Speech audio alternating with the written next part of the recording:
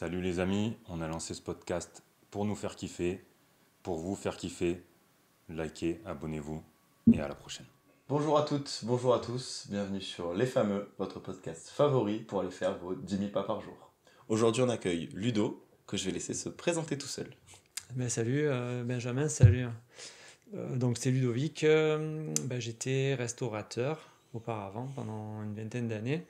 Et puis maintenant je travaille dans l'immobilier, j'ai 44 ans bientôt. Et puis voilà, j'ai pas d'enfant. Et j'habite à Sisteron. Et je travaille maintenant à l'agence Era Pépin, l'agence Era Immobilier. Voilà. Ok, super. Déjà, merci d'avoir accepté l'invite. Et comme ça nous fait passer un moment en dehors de la salle, parce que souvent on se croise tous les trois à la salle. Puis là, ça permet un petit peu d'échanger. Du coup, pour les gens qui te connaissent pas, qui vont te découvrir au travers de l'épisode, du coup, avant de te lancer dans l'IMO, du coup, tu avais une entreprise que tu viens d'évoquer. Est-ce que tu peux un peu plus rentrer dans les détails? C'était quoi comme type d'entreprise? Qu'est-ce que ça t'a fait d'avoir cette entreprise-là, en termes de compétences, en termes d'humains? Voilà un petit peu toutes les idées et tout le retour d'expérience que ça t'a pu avoir de tout ça. En fait, j'ai eu mon entreprise à 23 ans. En fait, j'ai racheté le restaurant où je travaillais.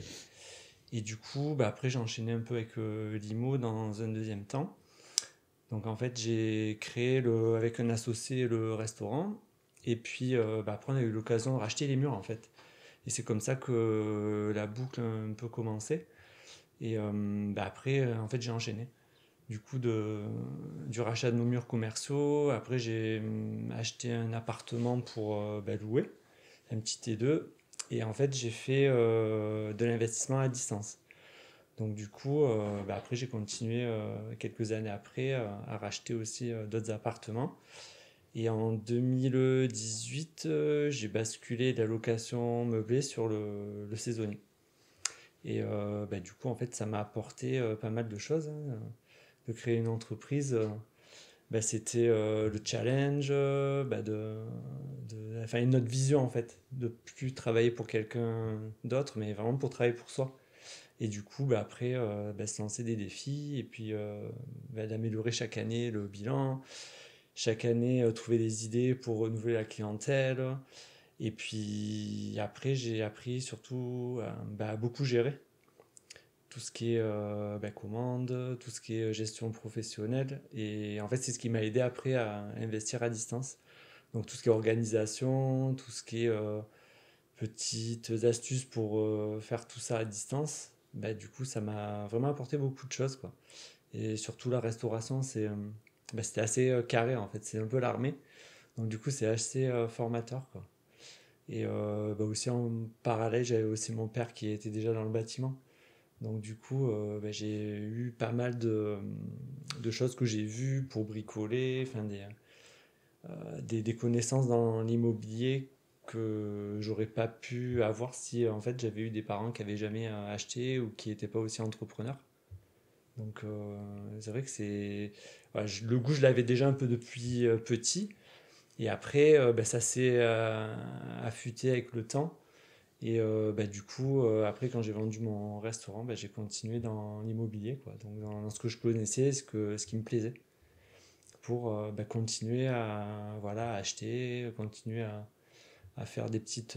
Enfin, apprendre des choses sur l'immobilier, parce que c'est tellement vaste que du coup, on ne sait pas tout. Et du coup, maintenant, j'apprends encore, hein. Ça évolue en plus, mais en plus, Voilà. mais du coup, tu as commencé super jeune en fait, tu as commencé à 23 ans, c'est ça, les deux, restauration et immobilier En fait, 23 ans, j'ai acheté le restaurant. Ouais. Et puis, ça faisait à peu près 6 ans après, j'ai acheté les murs. Ok. Et déjà auparavant, je travaillais sur Aix et j'avais fait une tentative d'acheter un appartement là-bas. Mais comme j'y connaissais un peu pas grand-chose, du coup, en gros, je me suis fait un peu nexter par la banque. Et du coup, faut pas rester sur un échec. Ouais, Et, ça fait une expérience. ouais, voilà, ça fait une expérience. Et c'est surtout que du coup, je me suis dit, bon, c'est pas pour maintenant, mais c'est pour après. Donc, puis après, voilà, l'ordre des priorités, moi j'ai préféré avoir une entreprise plutôt que d'acheter ma maison ou l'appartement dans un premier temps. Et en fait, comme j'étais logé au-dessus du resto, en fait, j'avais j'étais pas obligé d'avoir ma résidence principale, quoi. Oui. Donc là, ça faisait les deux. Donc du coup, j'ai fait un peu tous les modes de location par la même occasion. Du professionnel, de la SCI, du loueur meublé non professionnel et la résidence principale. Donc j'ai un peu mixé tout ça. Ok. Et Ah, le c'est Ludovic, quand il était plus petit, donc quand tu étais plus jeune, Ouais. t'étais comment, par exemple, à l'école? T'étais plutôt un élève studieux? Pas Oh, vraiment?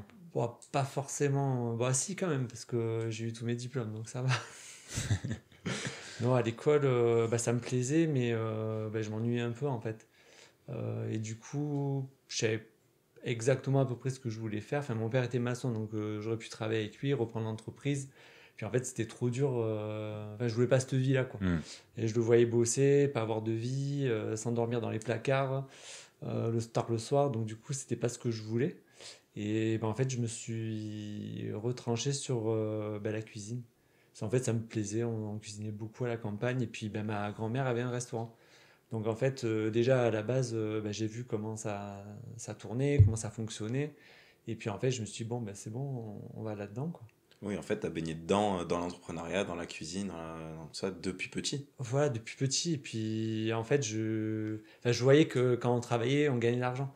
On avait besoin d'argent, on allait travailler un week-end, voilà, on prenait des sous, hop, on n'en parlait plus, quoi. Et c'est vrai que c'est plus facile d'arriver à gagner de l'argent quand tu travailles pour toi que Oui. quand tu es chez un patron, quoi. Et pour des exemples avec des amis aussi qui travaillaient déjà pour des garagistes par exemple, et puis en fait ils étaient plafonnés, quoi. Donc du coup après ils changeaient de boulot et puis ils faisaient pas forcément quelque chose qui leur plaisait. Et ouais, après à l'école j'étais pas non plus, j'avais pas 20 de moyenne, quoi. J'étais toujours, ouais, j'étais dans la moyenne de ce qui se faisait, Mais quoi. tu travaillais ou pas forcément? Oui, ouais, je forçais pas non plus mon talent, hein. C'était pas quelque chose qui te passionnait vraiment à l'école? Non, pas forcément, parce que comme je dis, je m'ennuyais en fait. Et le fait d'être à la maison et de toujours être actif les week-ends, tu vois, faire du sport, aller aider mon père, enfin on faisait pas mal de choses, quoi. Et apprendre les bouquins par cœur, c'était pas trop mon délire. Donc du coup, je me suis bifurqué sur... je voulais faire l'apprentissage en fait à la base. Et mon père voulait pas que j'aille en apprentissage parce que déjà à l'époque, c'était considéré comme en fait la voie de garage, quoi. Hmm. Donc du coup, j'ai eu une opportunité, mais il a pas voulu, mon père. C'était au Grand Paris à Digne. Et Ok. du coup, en fait, j'ai fait l'école hôtelière. Donc bon, c'était un peu entre les deux. Et déjà à l'époque, il faisait des recrutements. Il y avait, je crois, 24 places. On était 130. Donc sans avoir un gros dossier de 4e, 3e, même en ayant le brevet, j'ai réussi à intégrer l'école hôtelière. Donc le niveau, il n'était pas non plus, c'était pas l'élite, quoi. Et tu voulais vraiment faire de la restauration ou toi c'était vraiment plus l'entrepreneuriat qui t'animait quand tu étais jeune? Et c'est-à-dire que Bah, si tu n'avais pas eu l'opportunité d'un restaurant, tu aurais entrepris dans autre chose? j'aurais changé de boulot et j'aurais fait autre chose. Mais en fait, quand je suis rentré à l'école hôtelière, c'était pour faire de la cuisine. Et d'ailleurs, je me rappelle, il y avait un prof, comme ils avaient des troncs communs, et il fallait que ça soit équilibré entre les classes. Et déjà là, comme il y avait une place de trop en cuisine, mais en gros, ils essaient de me faire bifurquer sur le service. Et moi, comme je leur avais dit, moi je suis venu pour faire de la cuisine, donc c'est pour faire du service, je m'en fous, quoi, donc je m'en vais. Et j'étais allé dans le bureau du directeur à l'époque et je lui avais dit ça, quoi. Et pourtant, je suis rentré, j'avais 16 ans, ouais, je devais avoir 17 ans, même pas. Hmm. En fait, j'étais déjà en avance. Et même en redoublant une fois, pour dire on m'a fait redoubler parce que j'étais trop jeune. Et j'ai redoublé ma 5e. Et après, même en ayant redoublé, j'étais encore un peu en avance, tu vois. Et finalement, j'ai un peu persévéré aussi, hein. Donc je suis resté pour faire la cuisine, je fais 2 ans de BEP, CAP, et puis après je continue. Je fais encore 2 ans de brevet professionnel, brevet de maîtrise. Donc après, c'est chose que j'ai eu aussi, donc je peux pas dire que je suis un cancre non plus, quoi. Mais après, c'est plus au niveau professionnel. Donc, du coup, ça aide quand ça te plaît. Tu te dis, ben voilà, tu te donnes les moyens. Tous les week-ends, je faisais à manger pour mes parents. Des fois, j'allais chez des collègues, on cuisinait ensemble. Donc, du coup, les parents, ils étaient contents. Et puis, ben voilà, puis tous les soirs, dans le bureau, dans l'internat de l'école hôtelière, ben, tu sais, j'apprenais les techniques. On tournait les légumes. Tu sais, c'est donner une forme, en fait, que ça soit joli aux légumes. Donc, du coup, Mhm. j'ai acheté des trucs à Super U. Mon père me filait des sous. Et puis, ben, le soir, j'étais avec mon couteau, avec ma mallette, et avec des collègues, on s'amusait, quoi. Mais voilà, après, ça plaisait à ce point que tous les week-ends, on faisait des trucs. Mon père, s'il fallait du matériel, il me disait, oh, c'est pas grave, on va acheter ça, il te faut quoi, il te faut quoi. Bon. Ouais, donc t'as été quand même vachement soutenu, c'est Ah ouais, chouette. ouais, c'est pas tout le monde. Et puis, bon, j'ai eu la chance que mes parents, ils étaient divorcés à ce moment-là. J'ai eu de la chance que mon père, il ait pu bosser pour, voilà, quand il fallait venir me chercher, venir me chercher, payer Mhm. l'internat.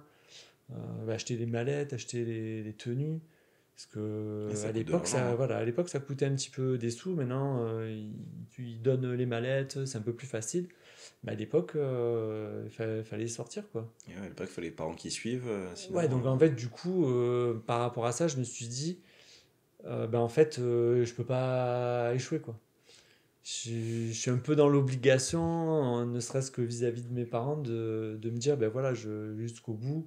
Et puis, on va l'avoir, quoi, le diplôme. T'accordes beaucoup d'aspects sur la reconnaissance. Ouais, après, je suis reconnaissant avec mes parents, parce que après, j'ai manqué de rien, ils m'ont bien aidé, dès qu'il fallait acheter un livre ou du matériel, ou voilà, aller quelque part pour le boulot, ils étaient derrière, quoi. Donc ouais, je suis reconnaissant quand même. C'est assez important, hein, d'être reconnaissant avec les autres. Même, voilà, si j'ai eu la chance de pouvoir acheter le restaurant. Je suis reconnaissant à mon ancien patron parce que s'il m'avait pas donné l'opportunité, ça serait jamais fait, quoi. Tout à fait. Surtout que juste avant, en plus, je pensais arrêter. Parce que la Ah ouais? restauration, c'était un peu, comment dire, c'est un peu la foire, quoi, à l'époque, hein. Tu faisais beaucoup d'heures pour pas grand-chose. Oui, parce que tu disais que tu voulais pas te lancer dans la maçonnerie avec ton papa, Ouais. parce que c'était prenant, intense, tout ça. Et finalement, tu te lances dans la restauration. Ouais, Bon, c'est pas mieux. c'est Oui. peut-être pas autant physique, mais au niveau du nombre d'heures, et Oui, non, c'est sûr que. ça se débat, quoi. Ah oui, Ouais, oui. c'est différent. Mais en fait, moi, sur les chantiers, tu vois, je les ai connus, les conditions de prendre les sacs de plâtre, les sacs les seaux de sable, les carreaux, à te réchauffer les mains sur un spot halogène, parce qu'il n'y a que ça comme source de chaleur, quoi. Vas-y, je te laisse. L'hiver, et puis l'été, t'as super chaud. Ouais, l'été, t'as super chaud. Même, tu vois, l'été, je ramassais des patates avec mon grand-père, qui était agriculteur. Donc, on te filait 50 francs pour quelques heures en plein cagnard, en plein mois de juillet. Mais après, en fait, c'est ça qui te forge dans la Ouais, tout ça, difficulté. ça t'a servi pour le après, en fait. Ouais, ouais, mais en fait, comme on me l'a montré, que j'ai toujours vu, pour moi, en fait, c'était normal, quoi. Et après, forcément, que tu essaies de choisir quelque chose Bah, tant qu'à eh ben, trimer, autant faire un truc ouais, passionnel, quoi. qui te plaît. Et bon, tu sais que de toute façon, pour travailler, tu seras obligé de le faire. Après, dans certains métiers, c'est plus ou moins dur. Mais bon, là aussi, tu étais actif. Tu faisais de la maçonnerie, tu voyais le résultat après. Tu savais que voilà, si tu allais bosser, après, tu étais payé, quoi. Et la restauration, fut un temps, c'était un peu comme ça aussi, quoi. Donc, même si tu bossais, tu en avais qui te récompensaient.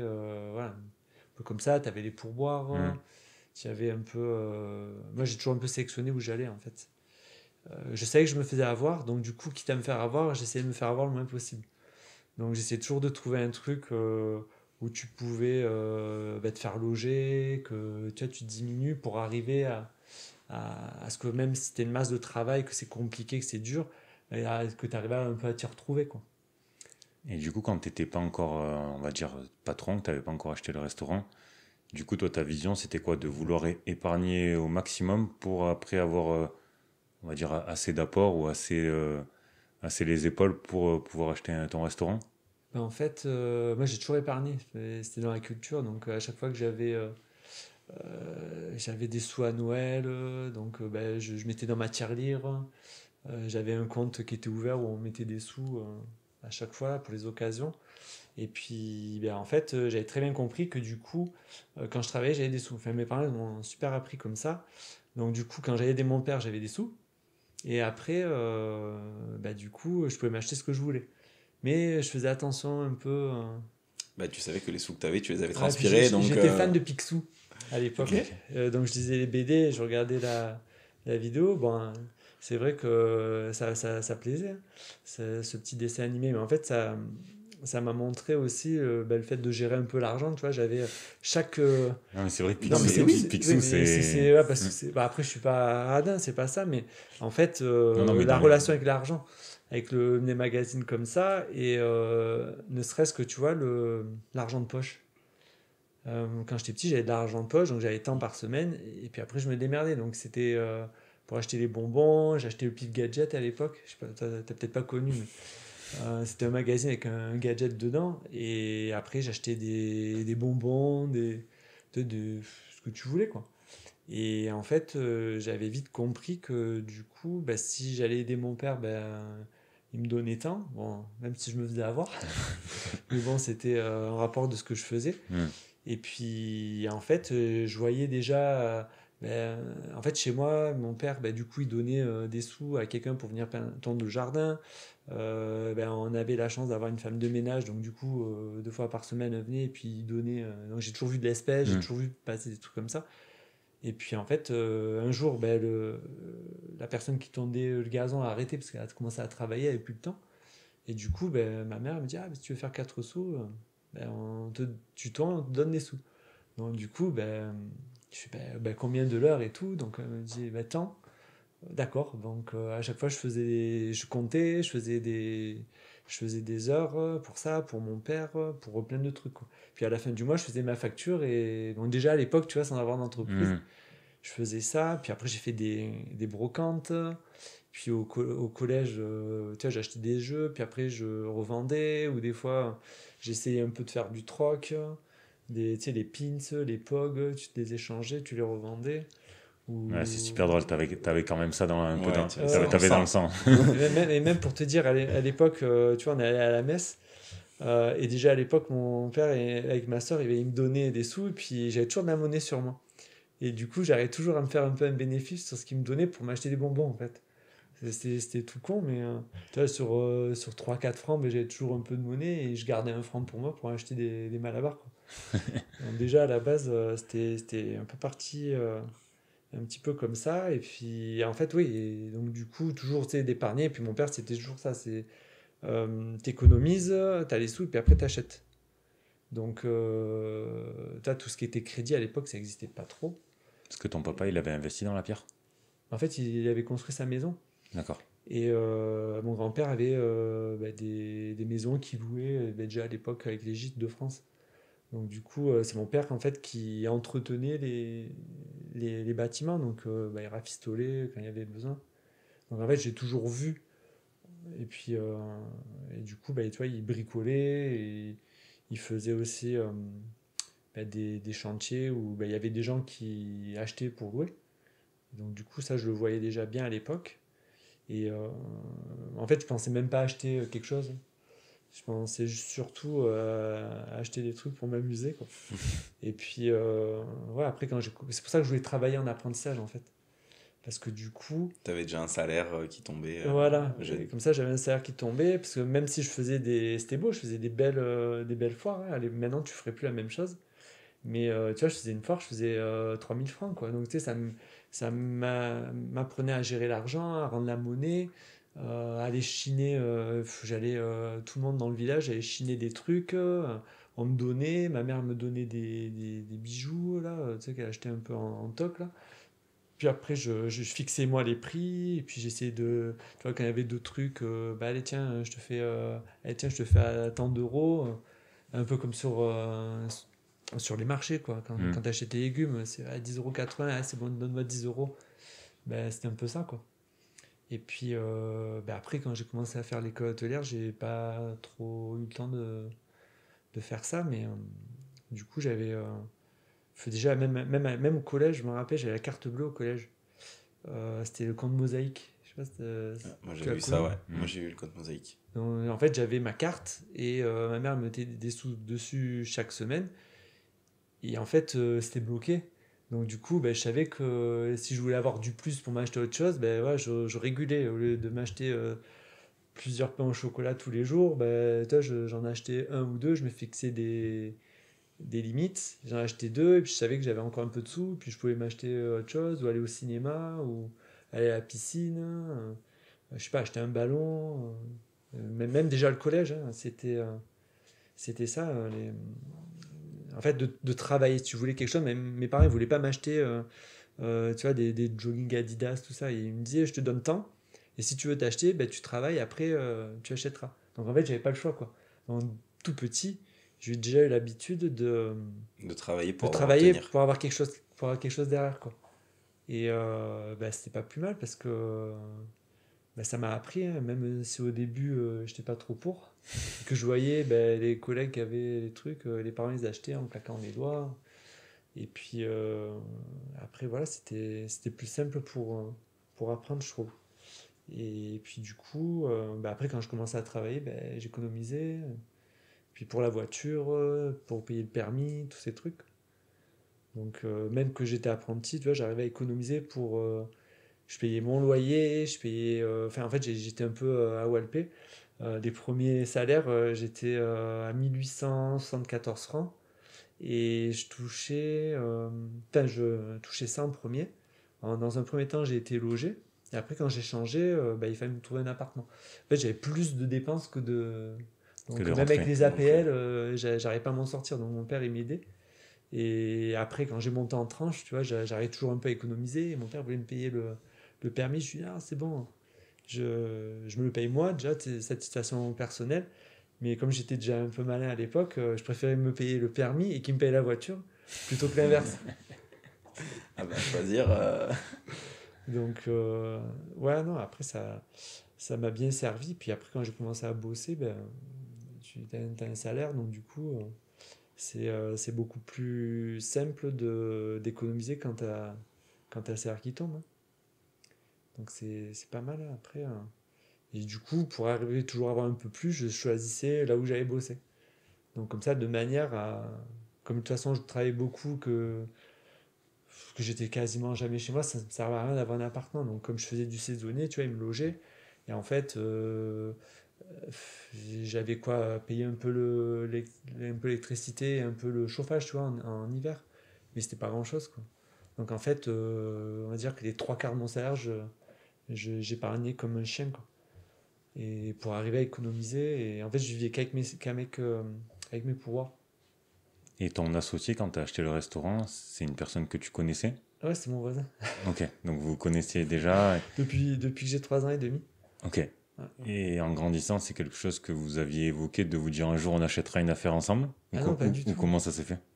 En fait, moi j'étais à Gréoux et lui il était sur Sisteron, il travaillait déjà au restaurant où j'étais. Donc lui il avait commencé l'ouverture du restaurant En tant que salarié, du coup? en tant que salarié que notre patron. Et en fait, la maman de mon ancien patron, j'étais apprenti avec elle. Et après, bon, moi j'étais allé bosser ailleurs. Mon pote Seb il était resté sur Sisteron. Et puis, bon, voilà, moi j'ai un peu voulu voir autre chose. Et puis, je savais qu'à Citron, je me faisais un peu avoir, donc je préfère aller ailleurs pour arriver, tu vois, à mieux trouver du boulot un peu plus payant, quoi. Et du coup, non, en fait, un jour il m'appelle, il me dit, ah ben on cherche quelqu'un et tout. Et du coup, j'ai dit, bon, ça me branchait pas trop Citron, mais je me suis dit, ah pourquoi pas. Bon, comme on se connaît et tout, je connaissais mon ancien patron et tout. Puis il nous proposait quand même un salaire un petit peu mieux. Donc en fait, moi, à chaque fois que je partais, j'ai toujours fait, si je pars de là, c'est C'était pour aller ailleurs. pour level up, quoi. Ouais, develop. Et même négocier déjà à l'époque, ouais, j'hésitais pas en fait. Comme je savais qu'ils avaient du mal à trouver des personnes, que en plus j'avais un brevet de maîtrise, que j'étais pas feignant, donc du coup en fait je me permettais de négocier et de dire, ben voilà, enfin moi ça m'est arrivé de dire, on a appris la phrase de Macron, on traverse la rue pour trouver du travail, mais moi ça déjà à l'époque je l'ai eu fait. J'étais dans un restaurant, la chaîne Thermale du Soleil, ils avaient un restaurant en face un peu plus haut de gamme, et du coup ben, ils m'avaient proposé, donc moi j'avais rien dit, j'avais fait ma période d'essai, et du coup ben, déjà à l'époque tu vois, je faisais les périodes d'essai, puis après on parlait salaire. Donc tout ça je montrais ce que je valais, puis après on discutait. Et du coup, ben, on commençait à discuter. Il n'était pas trop enclin à me lâcher ce que je voulais. Donc du coup, je lui dis, bah, écoutez, ben, c'est pas grave, hein, on se serre la main, je traverse la route et je vais à côté, j'ai ce que je veux. Quoi. Donc du coup, il me regarde comme ça, choqué. Et puis finalement, après, il a réussi à me filer ce que je voulais. Quoi. Et c'était réel ou tu allais au bluff? Ah non, c'était réel. C'était même pas du bluff. Ah non, généralement, j'évite le bluff. Non, mais c'est parce que c'était vrai. Hein. Et que du coup, sans changer d'endroit, j'étais logé ben, justement par la chaîne Thermale du Soleil. Donc j'avais simplement besoin de changer de structure.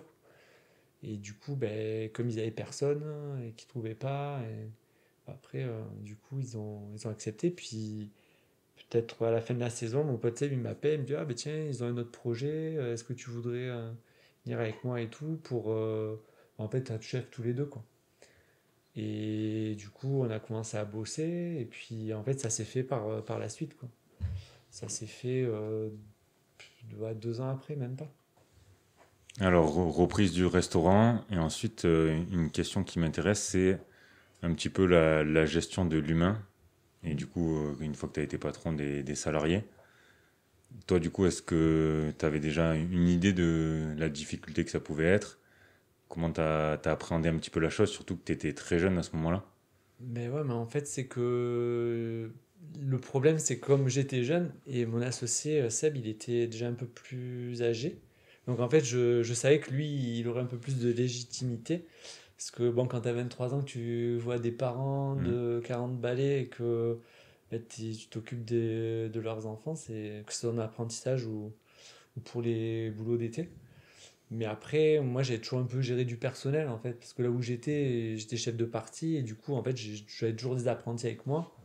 Et déjà, à la base, mon examen, c'était pour être maître d'apprentissage. Donc, gérer les gens, leur expliquer, leur montrer, leur apprendre, ça, en fait, c'était naturel puisqu'on l'a appris. Et du coup, après, nous, on a pris des apprentis au tout début. C'était plus mon pote Seb qui était maître d'apprentissage, tu vois, au début, pour que ça soit un peu plus crédible. Et bah, après, on a fait des erreurs comme tout le monde, hein, et puis même en connaissant les ados, parce qu'on faisait de la psychologie hein, dans nos études, c'est pour ça que après, tu es maître d'apprentissage, parce que tu arrives à comprendre le comportement des ados. En général, tu en as fait un, tu en as fait deux, ils sont tous pareils. Et du coup, premier été, on embauche ben, une serveuse juste pour 2 mois. Et ben là, de suite, ben, c'était un peu plus compliqué parce que c'est pas un apprenti. Quoi. C'était la toute première salariée. Ouais, et puis voilà, et puis après, ben, tu vois, des fois un peu fatigué, pas l'habitude de la restauration, donc tu es obligé un peu de revoir tes critères. Quoi. Parce que nous, on était assez sévère dans la cuisine. Nous, enfin, là où j'ai bossé, moi, c'était des restaurants étoilés. Donc, du coup, tu finissais à point d'heure, t'avais pas le temps de faire des pauses. Donc, du coup, on était un peu dans cet esprit-là. Et après, on a vite compris qu'il fallait un peu Desserrer la vis. desserrer et puis faire différemment. Donc, en fait, quand on a racheté, on s'est dit, on va pas vivre et faire vivre ce que nous, on a connu. Donc, quand on a commencé, ben, on était un peu plus cool. Et puis, ben voilà, tu vois, on allait faire des bowling, des restos, du tir, du paintball, des trucs comme ça, quoi, pour Le arriver un paintball, peu. en fait, c'était pour se venger, quoi. Ouais, voilà. Mais ça arrivait. Ah, Et, t'as gâché le service de mon plat, pardon. mais non, on faisait pour avoir une bonne ambiance, tu vois, on s'amusait, quoi. Un peu de bataille d'eau, des trucs comme ça, parce qu'on savait qu'en étant détendu, les gens ils restauraient. Et que la restauration, ce que nous on avait connu, c'était un peu has-been. Parce que sinon, il n'y aurait plus personne qui ferait ce métier aujourd'hui, quoi. Et du coup, on avait un salarié ben, qui était avec nous quand on était employé. En fait, c'était un pote à nous. Donc, du coup, on a dû faire la bascule de copain que tu connais qui est sérieux avec toi et que toi, tu deviens son patron. Oui, alors que tu étais au même échelon que lui, Voilà, et que j'étais plus auparavant. jeune que lui. Hmm. Donc du coup, après lui, il a été super intelligent, il a compris, nous on a essayé un peu de lui parler pour savoir ce qu'il voulait, donc on a réussi à se mettre d'accord sur certains points, et puis après ça s'est bien passé, quoi. C'était du coup un peu devenu votre bras droit, du coup, Ouais, bras droit plutôt en salle, en salle. Ok. parce que c'était lui qui avait un peu plus l'habitude. Bon, moi j'en avais fait de la salle, donc en fait, tout début on a commencé à deux en cuisine. Et puis on a vite compris que il fallait avoir un des deux en salle, parce que les clients, en fait, ils voulaient le patron, quoi. Donc du coup, on a vite choisi, puis on s'est réadapté, parce que comme on était l'été, tu vois, on était 6 ou 7 à bosser. Et du coup, après, en mode d'hiver, on était un peu moins. Donc en fait, ce qu'on faisait, c'est nous, on était deux en cuisine, on avait notre serveur, notre pote en salle, et puis des apprentis. Et en fait, c'était un peu trop compliqué à gérer, quoi. Parce que nous, ça fonctionnait super bien en cuisine, mais en salle, des fois, ça, tu vois, ça pêchait un peu. Et puis, on ne pouvait pas surveiller les apprentis. Donc, du coup, il y en a un des deux qui a basculé. Et puis, tu vois, pour les situations un peu particulières, si t'as le boss qui est là, s'il y a Hmm. quelqu'un qui se prend la tête ou quoi, t'as le boss, tu viens, t'arranges vite le problème, et c'est pas aux salariés trop à. À un moment donné, il y a des limites, quoi. Tu Ouais. peux pas tout faire. Du coup, c'est toi qui as basculé en salle. Non, c'est mon pote Seb. Ok. Parce qu'en fait, moi, la partie que j'avais était trop compliquée à ce que lui, il apprenne tout ce que moi, j'avais à lui montrer pour basculer après en salle. Et en fait, c'était plus facile de faire l'inverse. Que lui m'apprenne sa partie, c'était beaucoup plus facile. Et du coup, après, bon, il y avait les apprentis. Puis en fait, il faisait le yo-yo, quoi. On a trouvé la technique. Voilà, quand il y avait besoin, il était en cuisine le matin. Après, service, il était en salle. Puis des fois, il faisait le yo-yo entre les deux. Donc du coup, ça a super bien fonctionné pendant des années comme ça. Ouais, il était polyvalent, quoi. Ouais. Ouais.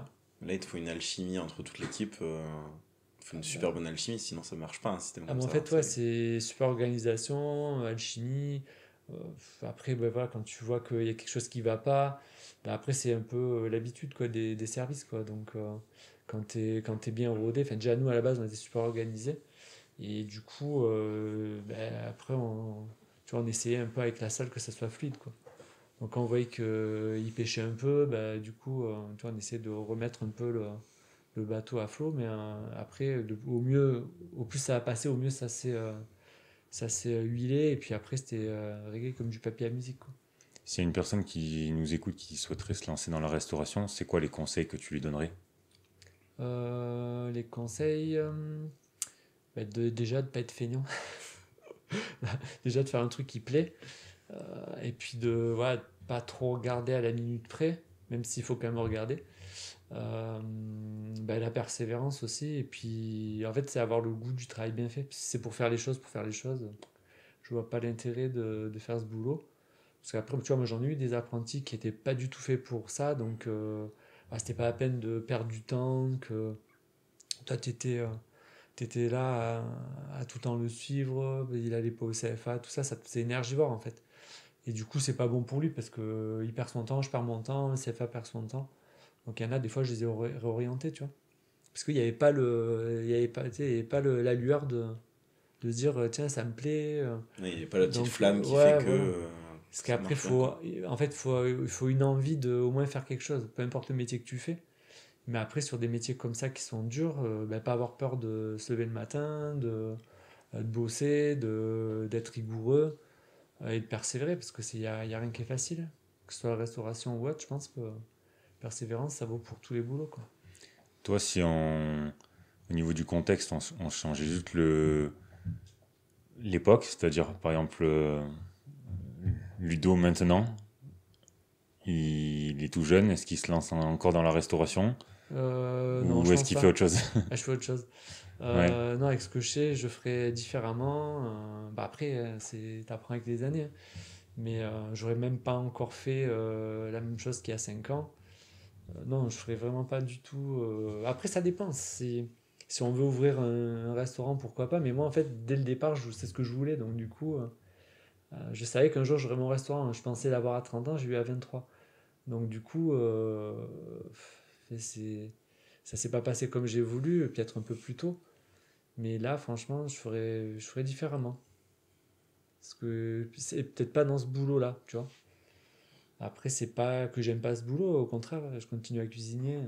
Mais c'est vrai que là, aujourd'hui, déjà, c'est plus particulier. Moi, j'ai connu vraiment la fin des grandes années, en fait. Ma grand-mère a connu les grandes années, et moi, je suis arrivé au moment où ça commençait à être le déclin à la restauration.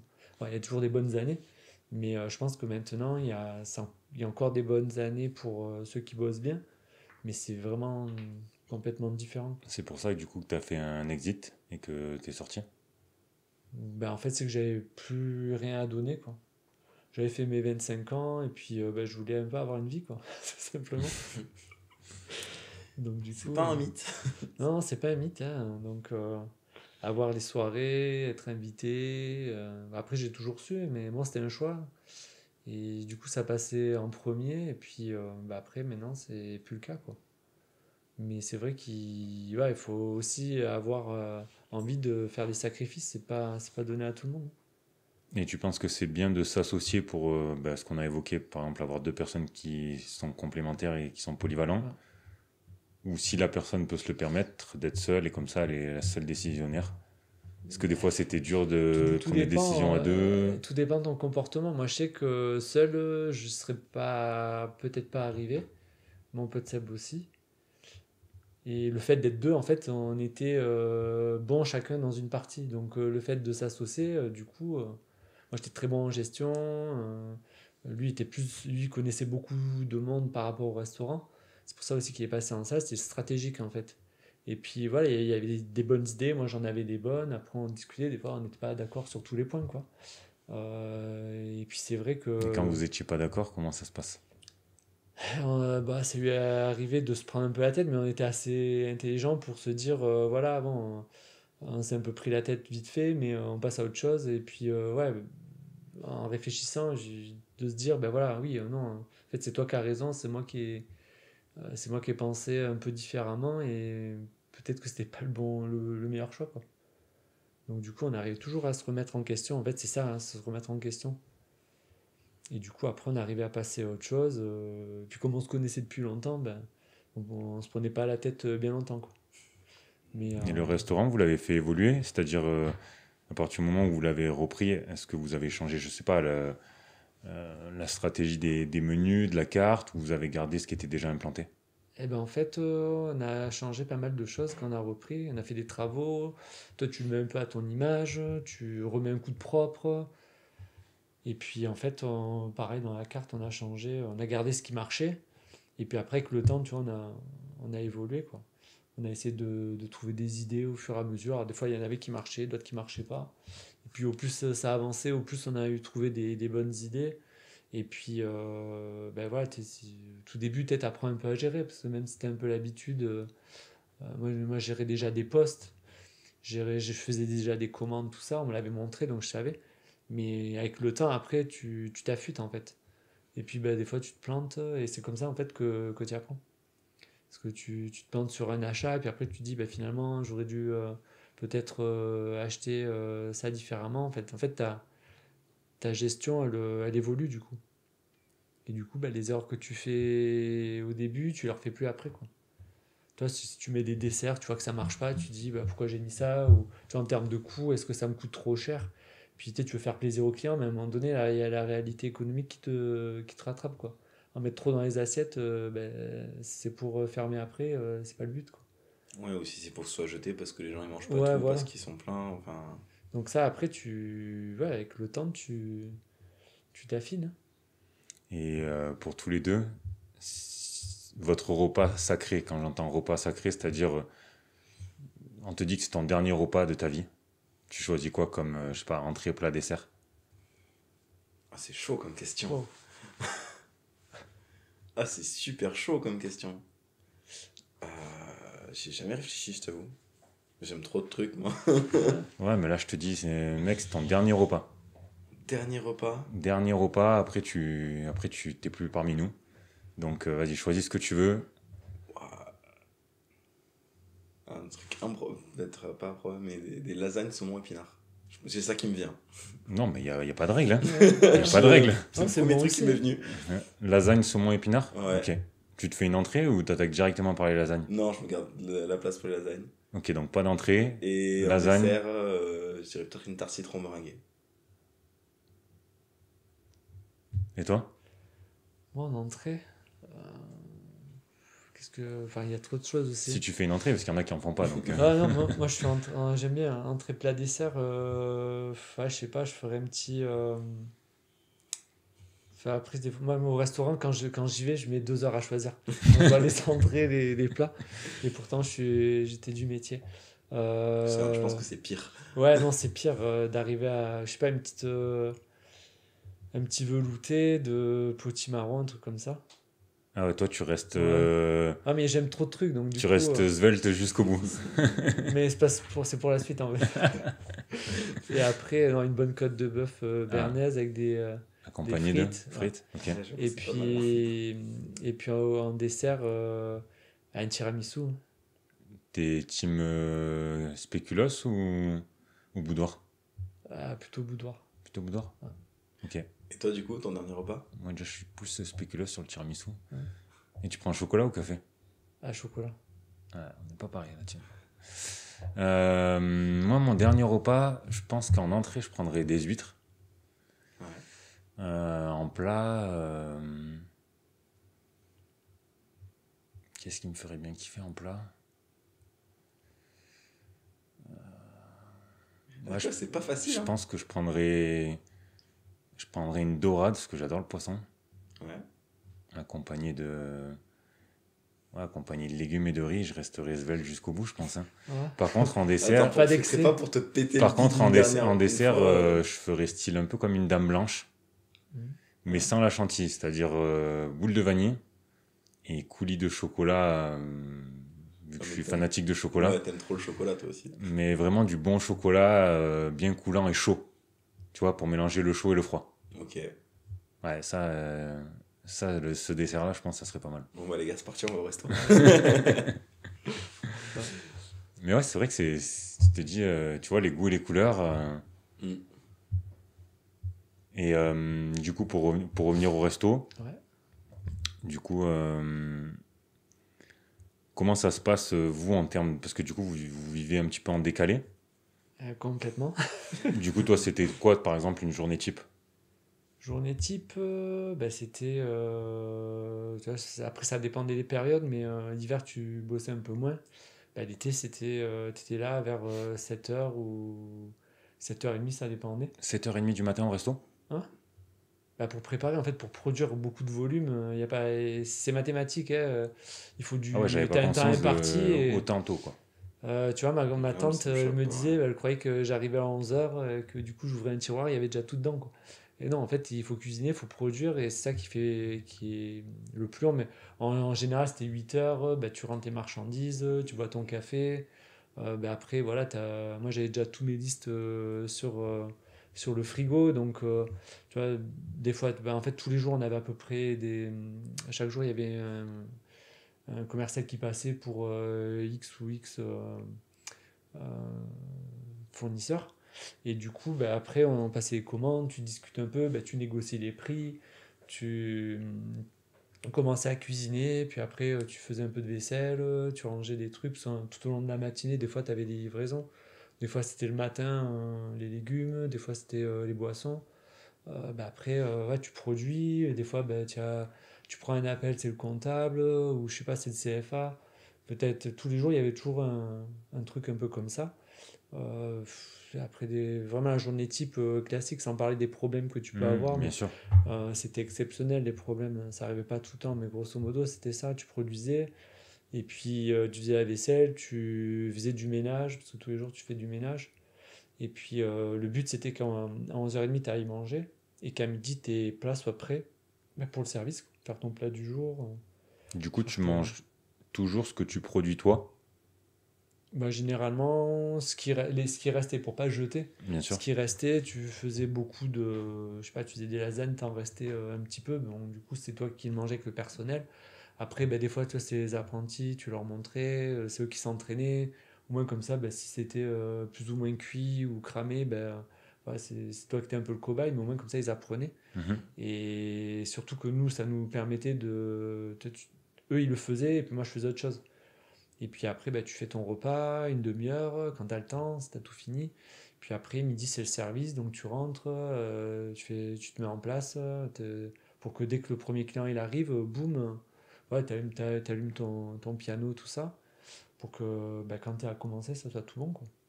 Puis après, tu fais ton service, tu ranges, tu nettoies, tu fais ta plonge, tu finis. Ça dépendait en fonction des services. Des fois, c'était. Si j'étais seul ou avec deux apprentis, c'est un peu différent. Mais grosso modo, vers ouais, 2h15, tu finissais. Puis après, tu faisais les papiers, tu allais faire des courses. Après, je faisais un peu de sport l'après-midi où j'allais balader. Et puis après, le soir, vers 6h, tu fais ta sieste. Et puis après, tu rattaques à 6h20, quoi. Je pense qu'il a oublié qu'il y avait des parties de play aussi de temps en temps. Aussi, ouais. Ça, c'est plutôt le soir. Ça, c'est une anecdote que j'ai entendue à la salle. Ouais. Oui, c'est pour ça. La play ou... Non, mais ça, c'était un peu au boulot aussi, parce qu'on était tellement des tyrans qu'on avait la PlayStation en cuisine pour jouer au foot. Enfin, au jeu de... Ouais, c'était FIFA. Non, PES. Et du coup, bah, après, le soir, bah, tu rattaques ton service, bah, tu te mets en place, tu passes tes commandes, puis bah, après, tu attends le client quand tu as tout de prêt. Et puis des fois, tu t'avançais pour le lendemain, tu faisais tes commandes, tu gérais tes stocks. Et puis après, tu faisais ton service. Moi, je mangeais toujours après. Donc, ben, ça pouvait être à 9h que je finissais, des fois 9h30, des fois à 10h. Si tu avais des clients que tu connaissais, ben, après, tu bois le digestif avec eux, tu blagues. Donc, du coup, ben, tu finis. Des fois, c'est 11h30, ou des fois, c'est minuit. Parce que des fois, mon serveur partait avant. Donc, du coup, moi, je restais avec eux, je les encaissais pour que lui, au moins, tu vois, tu le libères. Oui. Et ouais, mais en fait, c'était jamais pareil, quoi. C'est jamais trop les mêmes horaires, mais grosso modo, c'était à peu près ça, quoi. La journée typique. Après, ça dépendait, tu vois, les papiers, c'était pas, ça dépendait un peu les périodes, quoi. Et dans la restauration, du coup, ça me fait penser à une question. Tu es forcément payé à ton taux horaire ou tu peux être aussi payé à la tâche? Non, c'était. En fait, le taux horaire, ça a toujours fait des heures en plus pour rien. En fait, c'était ça, hein. Tu faisais, voilà, pour un boulot, et nous, on essayait toujours d'avoir. À mon serveur, on arrivait toujours à ce qu'il soit là et qu'il fasse pas plus, quoi. Parce que justement, nous, on l'avait fait, on était payé à rien faire, donc nous, on voulait pas que. Et ce qu'on faisait, c'est qu'on était encore un peu à l'ancienne. Lui, des fois, l'été, il travaillait un peu plus et l'hiver, il récupérait. Parce qu'on fermait tôt, ou des fois, il restait chez lui, puis on travaillait tous les deux avec mon pote Seb. Comme ça, au moins, tu vois, ça permettait de récupérer. Quand des fois il neigeait, on lui disait bah, c'est pas la peine de venir, on va pas bosser, on se démerde à nous. Et non, tu étais payé bah, pour une fonction, et puis en général, voilà, tu essayais de t'organiser pour que justement tu arrives à faire tout dans le même temps imparti. Et avec toute ton expérience que tu avais vue au travers des restos précédents et puis même ce que pouvait apporter Seb ou un peu votre bras droit en salle, est-ce que vous aviez mis des codes un petit peu?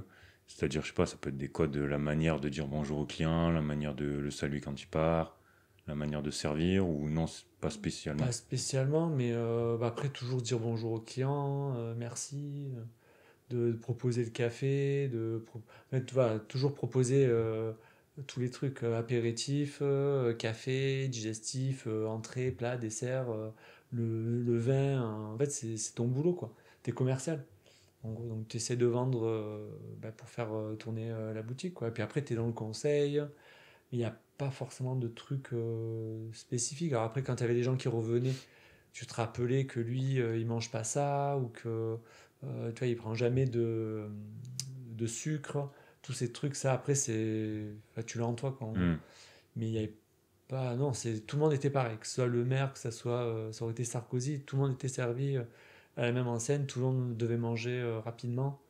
Il n'y avait pas de choses particulières, en fait. Et du coup, la spécialité, si je dis pas de bêtises, c'était la brasérade. Ouais. Du coup, est-ce que au niveau des chiffres, ça s'y retrouvait? C'est-à-dire que tu avais une spécialité qui était beaucoup prise par les clients en termes de chiffres ou pas spécialement? Ouais, ça représentait un bon. Je pense que ça devait faire au moins un bon. Ça dépendait. L'été, on en faisait moins parce qu'il faisait trop chaud. L'hiver, ça basculait beaucoup.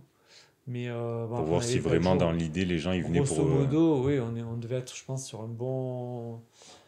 Après, j'ai plus les chiffres en tête parce qu'à chaque fois on regardait chaque année, mais grosso modo, c'était à peu près 40-50%, quoi. Ah oui, Quand donc même, tu avais hein. une personne sur deux à peu près qui venait pour manger la braserade. Ouais. C'est énorme. Ouais. Des Moi, fois, je sais que j'y suis allé plusieurs fois. non, mais t'avais des samedis soirs, c'était full brassérade, quoi. Donc du coup, ça rattrapait bien. Et l'hiver, Parce voilà, que ça, c'est t'avais important ça. pour pouvoir gérer ton stock, je pense.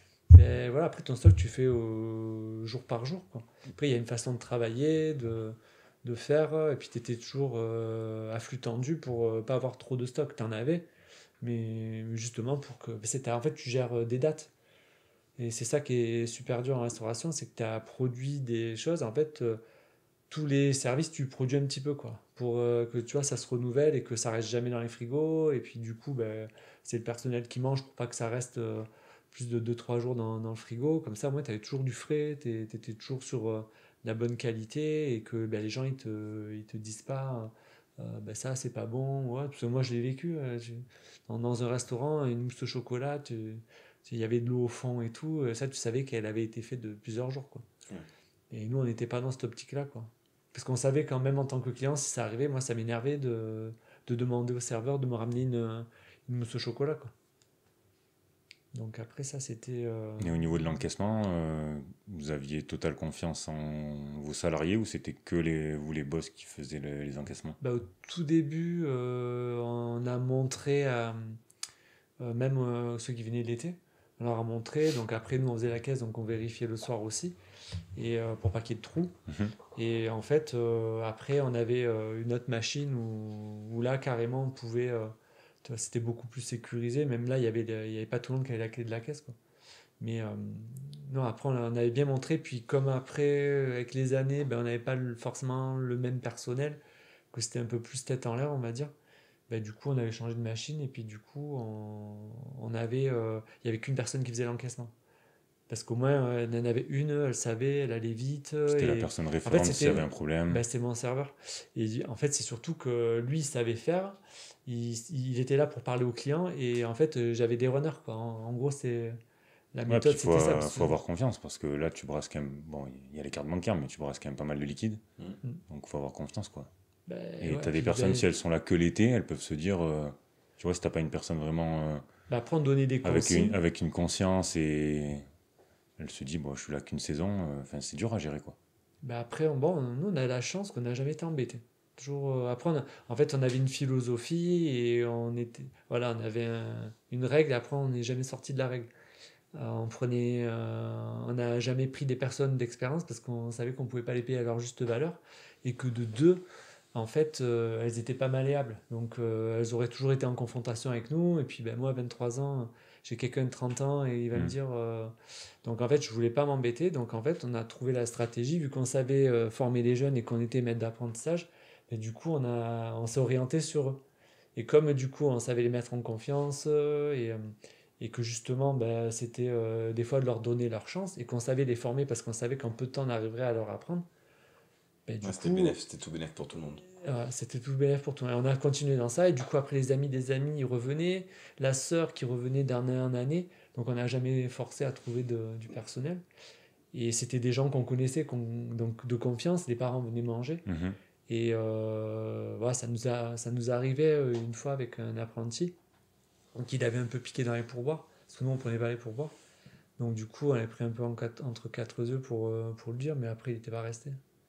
Donc c'est vrai que les pourboires, ça, après, il y en a toujours un qui peut peut-être mettre dans sa poche. Hein, mais voilà, ça arrivait, franchement, c'est pas arrivé beaucoup de fois, quoi. La seule personne qui l'a fait, elle est partie après. Et j'ose espérer que les autres, ils l'ont pas fait. Du coup, après la partie restauration, on peut approfondir un petit peu plus l'IMO et Mhm. pourquoi tu t'es redirigé vers l'IMO, donc tu nous l'as expliqué un petit peu. Euh, Il y a plusieurs métiers dans l'IMO. Pourquoi tu as choisi plutôt la partie commerciale et agent? Potentiellement, pourquoi ERA? Est-ce que tu peux nous en dire un petit peu plus? Bah, en fait, c'est pas que c'était la facilité, mais bon, comme je connaissais déjà tous et qu'on m'en avait déjà parlé, je me suis dit, bon, bah, ça peut être l'occasion de se reconvertir là-dedans. Et puis en fait, apprendre les techniques pour que en fait, j'affine ce que je savais déjà. Et que du coup, derrière, j'arrive à les. En fait, l'idée, c'était ça, des court-circuiter. Si après, je venais acheter quelque chose, d'être sur le terrain et de voir et de repérer. Et puis, ben, dégainer ma carte pour passer en direct. Hein, parce que moi, j'ai jamais acheté par agence. Hein. Et pourtant, j'y suis, mais je voulais un peu arriver, tu vois, à être sur les projets, que s'il y a un truc pour que moi, je puisse acheter, ben, je sois déjà au courant. Je suis au cœur de Off-market. off-market, voilà. Donc, après, dans les affaires, il n'y a pas d'amitié, il n'y a pas de. Le business, c'est le business, quoi. Il n'y a pas de contrat, de tout ce que tu veux, quoi. Donc, après, ça, c'est mon avis personnel. Mais, voilà, pour apprendre pas mal de choses aussi que je ne savais pas. Après, la relation client, ben, je l'avais déjà avec le restaurant, avec les clients que j'ai en location courte durée. Et ben, c'est tout aussi pour avoir un petit peu de liberté, de pouvoir faire un peu ce que je voulais, vu qu'on a les horaires qui sont assez libres. Hein. Du coup, ça faisait un peu la continuité de ce que j'avais déjà fait, sauf que ben, tu bossais quand même beaucoup moins. Quoi. Ça a dû te changer la vie d'avoir des horaires libres. Et ouais, ça m'a changé la vie, d'avoir une vraie vie. Parce qu'avant de commencer, ouais, je me suis Non, mais pris ça a un dû peu. faire bizarre en vrai. Ouais, non, mais après, tu vois, quand on a vendu, ben, j'ai pris 5 mois de vacances pour un peu stopper. Ouais, je me suis occupé un peu de moi, fait que je me fasse arracher dans de sagesse, donc du coup, je me sentais pas de bosser avec ça. Et bah, après, je me suis un peu ennuyé, donc du coup, Bah ouais, j'ai j'imagine. un Ouais. peu. Ouais, après, au bout de 5 mois, tu tournes en rond une fois que tu regardes un peu la télé, tu lis, que tu sors, que tu fais des trucs, après tu fais du sport, ben le temps est très long. T'avais pas envie d'en profiter pour partir voyager, c'est pas trop ton truc? Si, je peux balader dans le coin, non, je suis pas parti à l'étranger, mais je voulais rester un peu plus en France, quoi. Et puis, surtout pas cramer la caisse. C'est pour ça que je suis pas trop parti ailleurs, en attendant de trouver vraiment un nouveau boulot, et puis voilà, peut-être de se relancer, et après, oui, repartir en voyage et tout. Tu vois, chaque chose en son temps. Et, euh, et du coup, ben, ouais, j'ai repris là-dedans. Et puis, ben, comme c'était un peu au creux de la vague de Limo, je me suis dit, ben, tiens, si on peut apprendre dans la difficulté, si j'arrive dans la difficulté, dans la facilité, j'arrive encore plus facilement, du coup, pour les ventes.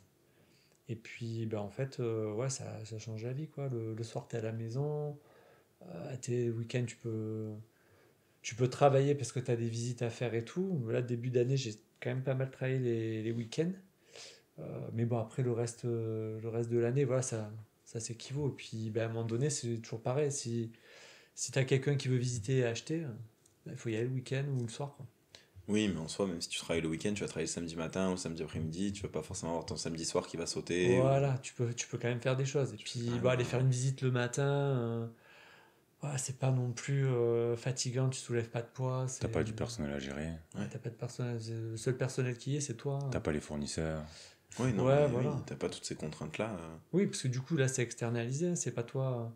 Toi, t'es apporteur d'affaires. Tu gères tes clients pour certaines choses, pour les documents que tu as besoin pour le boulot. Mais après, en fait, non, t'as pas de salarié, t'as rien à gérer de tout ça. Quoi. Peut-être un peu anticiper, des fois, tu vois, par rapport aux visites, de voir un peu si tu as les clés, que s'il y a une autre personne qui a fait visiter, que tu n'ailles pas comme ça, les mains vides. Mais sinon, en fait, c'est assez neutre. Hein, tu fais un peu ce que tu veux. Quoi. Si vous deviez habiter dans un autre pays, vu qu'on parlait de voyage, Mhm. bon, toi, je sais que t'adores ta France, J'adore mais la France, mais. Moi, Canada, ça me plairait bien. ok. Enfin, Québec, du coup, partie francophone. Mais. Mais du coup, pays Canada. Ouais. Toi, Ludo? Ben, moi, j'aime bien la France aussi, même si elle me gave avec tout ce qui se passe et tout ce qu'ils font depuis des années. Ouais, l'Italie, j'aimerais bien l'Italie ou le Québec aussi. J'ai un collègue qui est là-bas et ça se passe bien. Ouais, j'ai un peu 3 pays. Et puis aussi En vivant dans le sud de la France, vous arriveriez l'Australie. à aller vivre au Canada avec le climat? Mais en fait, c'est pas que le climat, hein, c'est la mentalité Ouais, la surtout. mentalité, Oui, bien elle est sûr, folle. mais t'as pas le climat qu'on a quand même ici. Franchement, je serais prêt à faire une croix sur le Ok. climat pour Ouais. la mentalité. D'accord. Et puis, Franchement. moi, dans mon métier, moi, le Canada, c'est le fief de l'ergothérapie. C'est là où ça a été créé. Puis Du des coup, opportunités hein, ouais, de je boulot. pense que ouais, au niveau boulot, je m'éclate en France. Y a pas de souci, je me régale dans ce que je fais. Mais le Québec, il y aurait moyen de pousser encore plus loin le curseur, quoi. Et sinon, tu disais l'Australie. Ouais. Ok, c'est quoi qui t'attire Bah, Sydney, en fait, c'est Ouais, la ville. Bah, il y avait eu les JO, bah, un peu tout le côté qu'il y a là-bas, enfin, la nature qu'ils ont que nous, on n'a pas ici. Et puis, il y a pas mal de Français qui vont là-bas aussi. Mm. Et c'est pas le même rythme de vie, c'est pas la même mentalité, c'est les opportunités de boulot, elles y sont aussi. Là, pour le coup, je Ah, c'est travaille pour gagner vraiment. ma vie, là, c'est vraiment Hein. le cœur de ville, le cœur de vie là-bas, quoi. Ouais, les kangourous, enfin, après, voilà, il y a des choses de tout petit qui te marquent et du coup, ça te donne envie. Hein. Ah, c'est un endroit où j'aimerais bien aller en plus. ouais, Et- partir voyager en Australie ou alors au Canada. Canada, États-Unis, ça vraiment pour voir un peu la grandeur, enfin la démesure des États-Unis. Et puis le Japon aussi. Ok. Ah, les mangas, tout ça, les jeux vidéo, bon, bah, c'est au moins Ouais, y aller donc une fois dans sa vie, quoi. c'est un peu tout. Ouais, t'as quand même quasiment tous les continents qui t'attirent. Ouais, il y a plein de choses. En fait, tout est bon à voir, quoi. Puis bah, c'est pour voir autre chose, parce que bah, quand tu es en France, on voit pas les mêmes choses que les autres pays, et les mentalités sont pas pareilles, quoi. En fonction des populations, déjà, quand tu vas au Mexique, c'est une chose, l'île Maurice en est encore une autre, tu Et vas tu en penses que Espagne. tu pourrais être amené à travailler à moyen long terme ou à aller faire ta vie dans un autre pays ou Je ça suis serait très nul, vraiment. mais le problème, c'est que je suis très nul en anglais. Après, bon, là, la seule chose que je sais, c'est que quand après, tu es dans un pays étranger, ça revient vite. Tu sors de ta zone Parce de que quand t'as pas le confort. choix, Ouais. bah, quand j'étais au Mexique ou à l'île Maurice, qu'il y en a pas un qui fait l'effort, bah, tu es obligé de. Donc c'est scolaire l'anglais, mais après en fait tu arrives vite à reprendre et puis tu t'acclimates. Hein, donc je pense qu'au début ça serait un peu galère, faudrait reprendre un petit peu des cours d'anglais, mais après je m'adapterai. Hein. Mais je commence quand même un peu à y réfléchir, hein, parce que même si j'aime mon pays, ça commence à être vraiment limite la France. Et puis surtout pour les opportunités de boulot, Hmm. quoi. Et toi, tu irais où, du coup? Moi, j'irais à Ibiza. Ouais, mais- Le mec, il va faire la fête toute l'année. Non, mais oui, petite particularité là-bas, c'est cool pour faire la fête. Mais sinon, sans trop partir loin, Suisse ou Luxembourg, Ok, ouais, la pour le Suisse, ouais, c'est côté, intéressant ouais, aussi. ce qu'on disait un peu business et le Luxembourg, on en parle moins, mais il y a quand même cet esprit-là, business et tout. Après, moi, je suis allé une fois aux États-Unis, c'est vrai que ça m'a bien plu. Mais bon, ouais, faudrait vraiment découvrir plus le pays. Il y a tellement d'États, tu vois. Ouais, puis Ouais, chaque c'est État a vrai. sa propre Et je mentalité, sais, sa propre moi, tu vois, fonctionnement. j'étais allé à New York, je sais que ça m'a plu. Après, peut-être à y vivre, c'est complètement différent. Et puis, le climat, par contre, moi, je suis quand même bien, bien attaché au soleil, tu vois. Donc, ouais, Ibiza, ça me va bien, en vrai. Ouais. Du coup, tu ferais quoi? Coach sportif toujours à Ibiza Ouais, ou... je sais pas, on travaillerait dans l'événementiel, je pense. J'aime bien le on, dans le sens où là, je me sens inclus dans le truc. en Non, mode- mais je sais pas, je vous montrais une boîte dans l'événementiel pour les soirées, tu vois. Ouais, non, mais c'est intéressant de voir un petit peu les gens où ils se projetteraient, tu vois. Après, est-ce qu'on le fera un jour ça, on peut pas savoir, mais après, on se plaint beaucoup, mais on est aussi bien en France quand même. Oui, il y a plein d'avantages en France. Mais c'est vrai que tous les avantages ont tendance à diminuer de plus en plus et il n'y a pas trop de compensation derrière. Donc, à voir dans quelques années ce que ça va donner, quoi. Et c'est pour ça que là, en ce moment, il y en a beaucoup qui se posent la question de partir à l'étranger, au Maroc. Et j'en vois beaucoup, et c'est pour ça que c'est des choses qu'on voyait pas il y a ne serait-ce qu'un an ou deux, quoi. Là, ça devient tellement du matraquage que ben, ceux qui peuvent, ils partent. Après, c'est tout bête, mais aussi pour le côté, franchement, business, fiscal et tout, Dubaï, hein. Mm. Mm. C'est celui qui veut vraiment partir pour le business, Ou pour le puis soleil. pour le soleil et pour plein de choses. En vérité, Dubaï, qu'on aime ou on n'aime pas, ils ont fait quelque chose de fantastique là-dessus, hein. Ouais, après, Tout dépend du boulot que tu fais. Mm, Donc ouais, en fait, tout dépend de un peu vraiment ce que tu recherches, mais c'est ça. Après, il y a tout l'aspect géopolitique, écologique. Dubaï, c'est sûr. quand même. Un peu limite. Mais tu c'est vas un peu aussi, limite. si tu vas pour être père ou mère de famille, apparemment, t'es quand même sécurité, tu vois. Oui, oui, T'as tout Oui, tas de c'est facteurs sûr en que fait à plein prendre de en trucs considération. qui rentrent en compte. Et puis la fiscalité, si tu veux bosser, et pour le coup, contrairement en France où plus tu bosses, en plus on te matraque, La fiscalité là-bas, la nada. fiscalité Hein. là-bas, t'en as pas, quoi. Enfin, Enfin là, ils ont c'est sûr commencé à mettre un tout petit impôt, mais bon, voilà quoi, il y a pas de fiscalité quoi. ouais, mais du coup, ils ont commencé, donc dans 50 ou 100 ans, ils sont comme nous en France. Ouais, mais on sera C'est plus, toujours pareil. Peut-être pas, hein, parce que nous on aura déjà pris du large, quoi. puis on sera plus de Ouais, ce mais ils seront monde. comme nous aujourd'hui en France.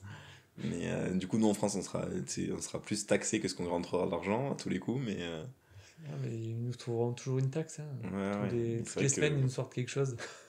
mais c'est vrai que ouais, non, en France, la fiscalité, ça commence à Et devenir du coup, toi, pesant, quoi. comment tu vois un petit peu l'immobilier en France dans les prochaines années? C'est quoi ton point de vue par rapport à ça? Moi, dans les prochaines années, ben, je pense que ça sera toujours attractif quand même. Enfin, tu sais, c'est sécurisant d'avoir de la pierre. Toi, on est assez rattaché à ça en fait. Mais moi, ce que je vois, c'est que les gens, comme ils commencent à regarder d'investir ailleurs, ben, il va se passer peut-être un moment où ben, le locatif, c'est déjà dans le déclin. Il y en aura toujours, il y aura toujours des gens qui le feront. Il va y avoir une passation avec tous les personnes âgées qui ont beaucoup de patrimoine, ça va commencer à se transférer. Et le problème, c'est qu'on n'aura plus de gens qui prendront le risque bah, d'acheter pour louer, quoi.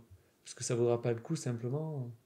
Le risque entre les taux qui sont un peu élevés, le prix des biens, enfin, toutes les réglementations, en Hmm. fait, s'ils ne changent pas, je vois pas comment ça pourrait. Enfin, faut être fou, quoi. Presque, tu te dis, faut être fou pour faire du locatif en France. Après, ça rapportera toujours un petit peu, mais s'il continue dans la lancée, je vois pas comment on pourrait faire beaucoup mieux que maintenant. Toi, tu aurais des idées de, par exemple, je sais pas si on pouvait soumettre à notre toute petite échelle je sais pas, des idées aux personnes qui prennent les décisions et qui font les lois sur l'immobilier. Ben, enlever les DPE, enlever les encadrements de loyer, enlever les permis de louer, faire un statut de loueur pour ben, les gens qui veulent faire un petit peu un complément de retraite ou qui ont une activité quoi, et qui font pas des marchands de sommeil. Quoi. Faire vraiment quelque chose d'encadré et qui soit incitatif à acheter pour louer. Parce qu'en fait, pour l'instant, vu comme ça part, c'est pas le cas. Quoi. Ouais, puis dès qu'il y a quelque chose un petit peu d'avantageux, c'est vrai que là, il y avait le régime LMNP qui était quand même assez avantageux. Tu vois qu'ils sont en train, bon, est-ce que petit à petit il disparaîtra ou pas, ça on verra, mais Voilà. ils sont en train de modifier un peu les abattements, les ceci, cela, donc ça grignote à droite à gauche et ouais, Ça c'est bien devient de compliqué. moins en moins intéressant. Ben, ça reste toujours intéressant, mais comme je dis, si vu comme c'est parti là, si ça continue, je vois pas pourquoi des gens continueraient à faire ça. Mais surtout qu'en plus, il y a d'autres dispositifs qui existent où tu peux faire mieux et surtout à l'étranger. Quoi. Donc après, il y en aura toujours qui en feront un petit peu, qu'on aura peut-être un ou deux pour avoir un petit complément et encore, il faudra voir ce que ça donne dans les prochaines années. Mais ceux qui étaient un peu entre le petit et le gros, ben, c'est en fait comme la classe moyenne. Quoi. Ceux qui ont quelques appartements, peut-être qu'ils vont se poser la question de se dire on achète à l'étranger, on s'y connaît un peu plus, on fait peut-être autre chose. Après, je pense que c'est dur Enfin, ça va d'investir s'adapter. à l'étranger quand même, parce qu'il faut quand même connaître le marché. Ouais, T'as la monnaie mais. aussi qui est pas la même, tu vois, on parlait du Maroc, Hmm. si j'ai pas de bêtises, je crois que le Maroc il demande beaucoup d'apports. C'est pas la même monnaie, tu dois avoir beaucoup d'apports, alors que nous quand même, bon, t'es plus financé à 110%, mais on est quand même finançable si ton dossier bancaire passe. Ouais, mais c'est Ouais, ceux qui auront le cash, bien ceux qui sûr. auront vendu parce que ben, ils en ont marre, qui iront ailleurs. Ouais. Et ceux qui ont de l'argent, ben, celui qui a beaucoup d'argent, il est pas fou, il va pas se dire je vais acheter en France. Pour se faire tabaser comme ils font en ce moment, ben, il se dit ben, je vais à l'étranger. Donc cet argent-là qui n'est pas injecté dans le pays, il est ailleurs, et puis du coup, ben, c'est pas à nous, si on te finance pas, tu fais rien.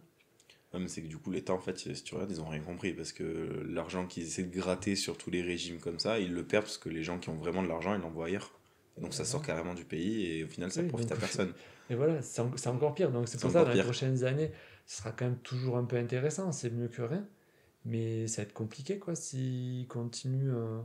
à s'amuser avec les DPE comme ça. Mais on prenait l'exemple de Dubaï, que ce soit pour l'IMO ou pour le business, le nombre de Français qui sont partis là-bas. Ben, et puis il y en a encore beaucoup. Et il y en a encore beaucoup qui iront. ceux qui ont des commerces, ceux qui vendent et qui encaissent, ben, ils se barrent, ils vont en Thaïlande, ils vont je ne sais où, parce que ben, ils ont le capital et puis ils ne remettent plus un pied en France.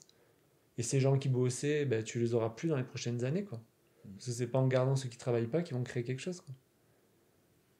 C'est sûr, tout ça. Non, mais c'est vrai. Hein. Bon, on va rester positif quand même.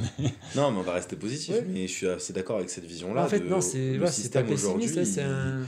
Non, c'est un constat, c'est un cautionne, constat. C'est un il constat. cautionne, il engage les gens à rester à la maison, à rien faire, et il incite les gens à moins travailler.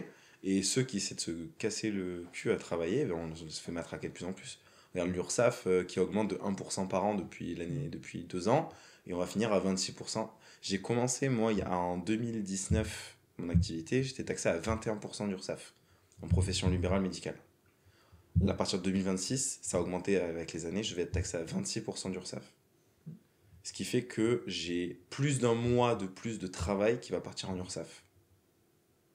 Mais bon, C'est- pour avoir une meilleure retraite, donc finalement, ça J'y- compense un peu Ouais, aussi. mais moi, de mon point de vue, Mais- la retraite, je viens d'avoir 30 ans. Je vais être à mon compte si ça continue comme ça toute ma vie. La retraite de l'État, j'y compte même pas dessus, je me la fais à côté. Mais moi, moi j'ai Mais commencé du à coup- travailler, en fait, je le savais déjà. Mais du Je coup, savais que j'aurais pas de retraite. Moi, donc j'ai en juste fait, l'impression de jamais me faire attendu. entuber, tu vois, Hein parce que le jour où je suis C'est malade, pas une impression. Non, Non, c'est pas mais- une impression. tu vois, le jour où je suis malade, on me dit ah, mais il faut mettre de côté, monsieur, vous êtes à votre compte, vous gagnez des sous. Mais en fait, tout ce que je gagne, vous me le prenez. Ouais. Donc voilà. Le jour où je vais être à la retraite, on va me dire ah, mais monsieur, il fallait mettre des sous de côté. Je le fais. Mais en fait, ça me saoule que moi, je sois taxé de plus en plus, que du coup, je sois obligé de facturer encore plus les parents des gamins que je reçois, etc., parce qu'il n'y a pas de remboursement sécu et tout. Pour que derrière, il y ait des gens qui soient payés à se la couler douce. Et... Il y a une En fait, la théorie répartition est pas... d'un gars qui s'appelle Rabin des Bois, donc c'est pas Robin, Ouais, Ça c'est va, Rabin des Bois. Tu vois qui c'est? ouais, je vois. Et donc Rabin des Bois, si vous écoutez sa théorie, c'est que dès qu'il y a quelque chose qui fonctionne, Hein donc qu'ils voient que le peuple commence à se level up, ben ils veulent pas trop que le peuple se level up, et du coup, Ils savent. voilà, exactement. Parce que sinon ça leur fait peur que le peuple grandisse, s'épanouisse, se construise du patrimoine, commence à être de plus en plus éveillé, et du coup le peuple est moins sous contrôle. Donc après c'est une théorie, on y croit plus ou moins ou on n'y croit pas, mais c'est vrai que la manière dont il explique, c'est... Ouais, tu te dis, il y a quand même quelque chose là-dessus, quoi. De toute façon, ils peuvent pas être conscients au taquet, ne pas être autant inconscients des décisions qu'ils prennent et de voir que au plus ils prennent des décisions, au plus ils nous enfoncent. Quand je dis nous, c'est la classe pauvre et la classe moyenne. Au plus ils prennent des décisions, au plus ils nous enfoncent. Et ces gens-là, ils sont quand même censés être éduqués, avoir quand même un certain savoir, une certaine logique de réflexion. Et qu'on vienne pas me dire que ces gens-là, ils font ça de manière inconsciente, en faisant ça de manière complètement débile, et qui prennent ces décisions-là parce qu'ils comprennent pas la vie et qu'ils sont déconnectés. Alors oui, ils sont déconnectés, mais à un moment donné, c'est bien pour nous la mettre un peu plus profond à chaque fois. Moi, je le vois comme ça. C'est horrible de dire ça à 30 ans. Mais Et j'ai l'impression que, de toute manière, si jamais tu arrives à percer, et que tu deviens trop fort à leurs yeux, ils vont faire en sorte de te racheter. Oui. Tu vois? Parce que tu deviens un peu une menace pour eux. Oui. Donc, en fait, c'est ça qui est dur. Parce que même la personne qui va arriver à percer, ils vont tout faire pour... ou tu rentres dans leur rang, ou alors tu meurs. Pour qu'ils te rachètent, pour que pas que C'est- tu pèses c'est- trop dans le game c'est et la que tu mafia. fasses trop d'écart pour le pays, quoi. C'est une mafia. Donc, Après, si tu te fais racheter, qu'on te propose beaucoup d'argent, tu dis pas non. voilà. Ah oui, c'est le jeu aussi. Voilà, donc... Mais c'est le jeu de fermer ta... Mais tu te dis, bon, quand même, on te rachète parce que faut pas que tu montes encore de 1 ou 2 niveaux parce que là, sinon, ça va commencer à être compliqué, quoi. Donc, ouais. C'est pas vu d'un bon oeil. Ça. Donc, l'immobilier, quand même, vision long terme, tu penses que ça va évoluer du bon côté en France? Long terme, 10, enfin, 15, j'espère, 20 ans? J'espère, après on peut pas trop le savoir, mais j'espère qu'un jour ou l'autre, ils se réveilleront. Enfin, de toute façon, je pense que ça va être logique que ça aille mieux plus tard, parce que tout ce qu'ils ont fait maintenant, ça nous amène un peu au fond de la piscine. Et à un moment donné, ça va remonter, quoi. Ouais, une fois qu'on a Donc, touché le fond, une soit fois on qu'on aura creuse, soit touché le on fond, remonte. on pourra pas aller plus bas, quoi. Quand il y aura... Là, tu vas avoir un trou de création de logements, vu que dans le neuf, il n'y en a pas du tout qui sont sortis. Les gens, ils arrêtent de louer, ou ils font du Airbnb, ou sinon ils ne rénovent pas les biens, parce qu'ils n'ont pas l'argent. Donc à un moment donné, il va te manquer des logements. Donc ça va être crise du logement.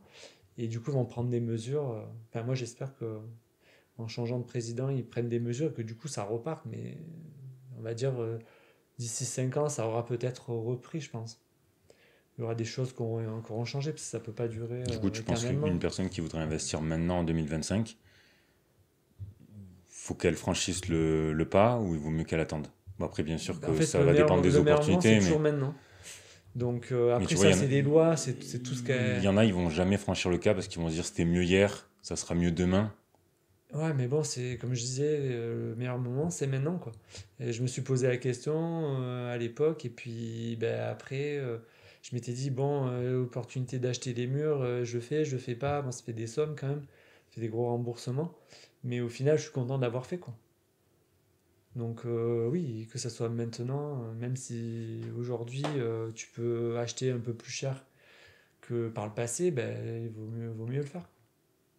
En fait, c'est une sécurité, c'est Voilà, puis il plus... faut voir le fait que quand même en France, on te prête de l'argent. Voilà, et puis en fait, il faut bien dissocier ce que tu dois faire et puis là, les problèmes qu'il y a en ce moment, et est-ce que ça peut venir Ouais, il faut essayer d'avoir dans une le long vision terme. long Voilà, il terme faut quand pas. même. Parce qu'à court Ça, terme, c'est tu ce que je n'investis dis, jamais. c'est pas une vision pessimiste, c'est des faits, il faut être factuel. En ce moment, c'est comme ça. Et vu comment ça tourne, bah, des fois, on a du mal à imaginer que ça puisse aller mieux. Mais à un moment donné, voilà, ça risque, avec les acteurs qui tirent la sonnette d'alarme, de changer. Donc dans le futur, ça doit certainement repasser sur le positif, quoi. Mais tu peux toujours acheter maintenant, il suffit juste de faire des bonnes affaires, quoi. D'ailleurs, dans le monde en ce moment, ça change pas mal. Ouais. Donald Trump, Elon Musk, c'est quoi votre point de vue sur c'est bien, c'est pas bien? C'est bien qu'il y ait des entrepreneurs qui arrivent autant haut, ça montre Alors, l'exemple, c'est pas bien. c'est un dossier complexe dans le sens où le fait que des entrepreneurs arrivent là-haut, c'est bien parce que c'est quelque chose qu'on connaît pas. Donc la nouveauté, vu comment c'était décliné, pourquoi pas. Maintenant, les décisions qu'ils sont en train de prendre, vraiment pro-US, pro-US, pro-US, je pense que ça peut être bon pour les États-Unis à court terme. Maintenant, à moyen, long terme, comment est-ce que nous, les Européens, qui avons une tendance à prendre 1000 ans pour prendre des décisions, on va réagir et comment on va se faire bouffer? Parce que clairement, je vois pas comment on peut réagir.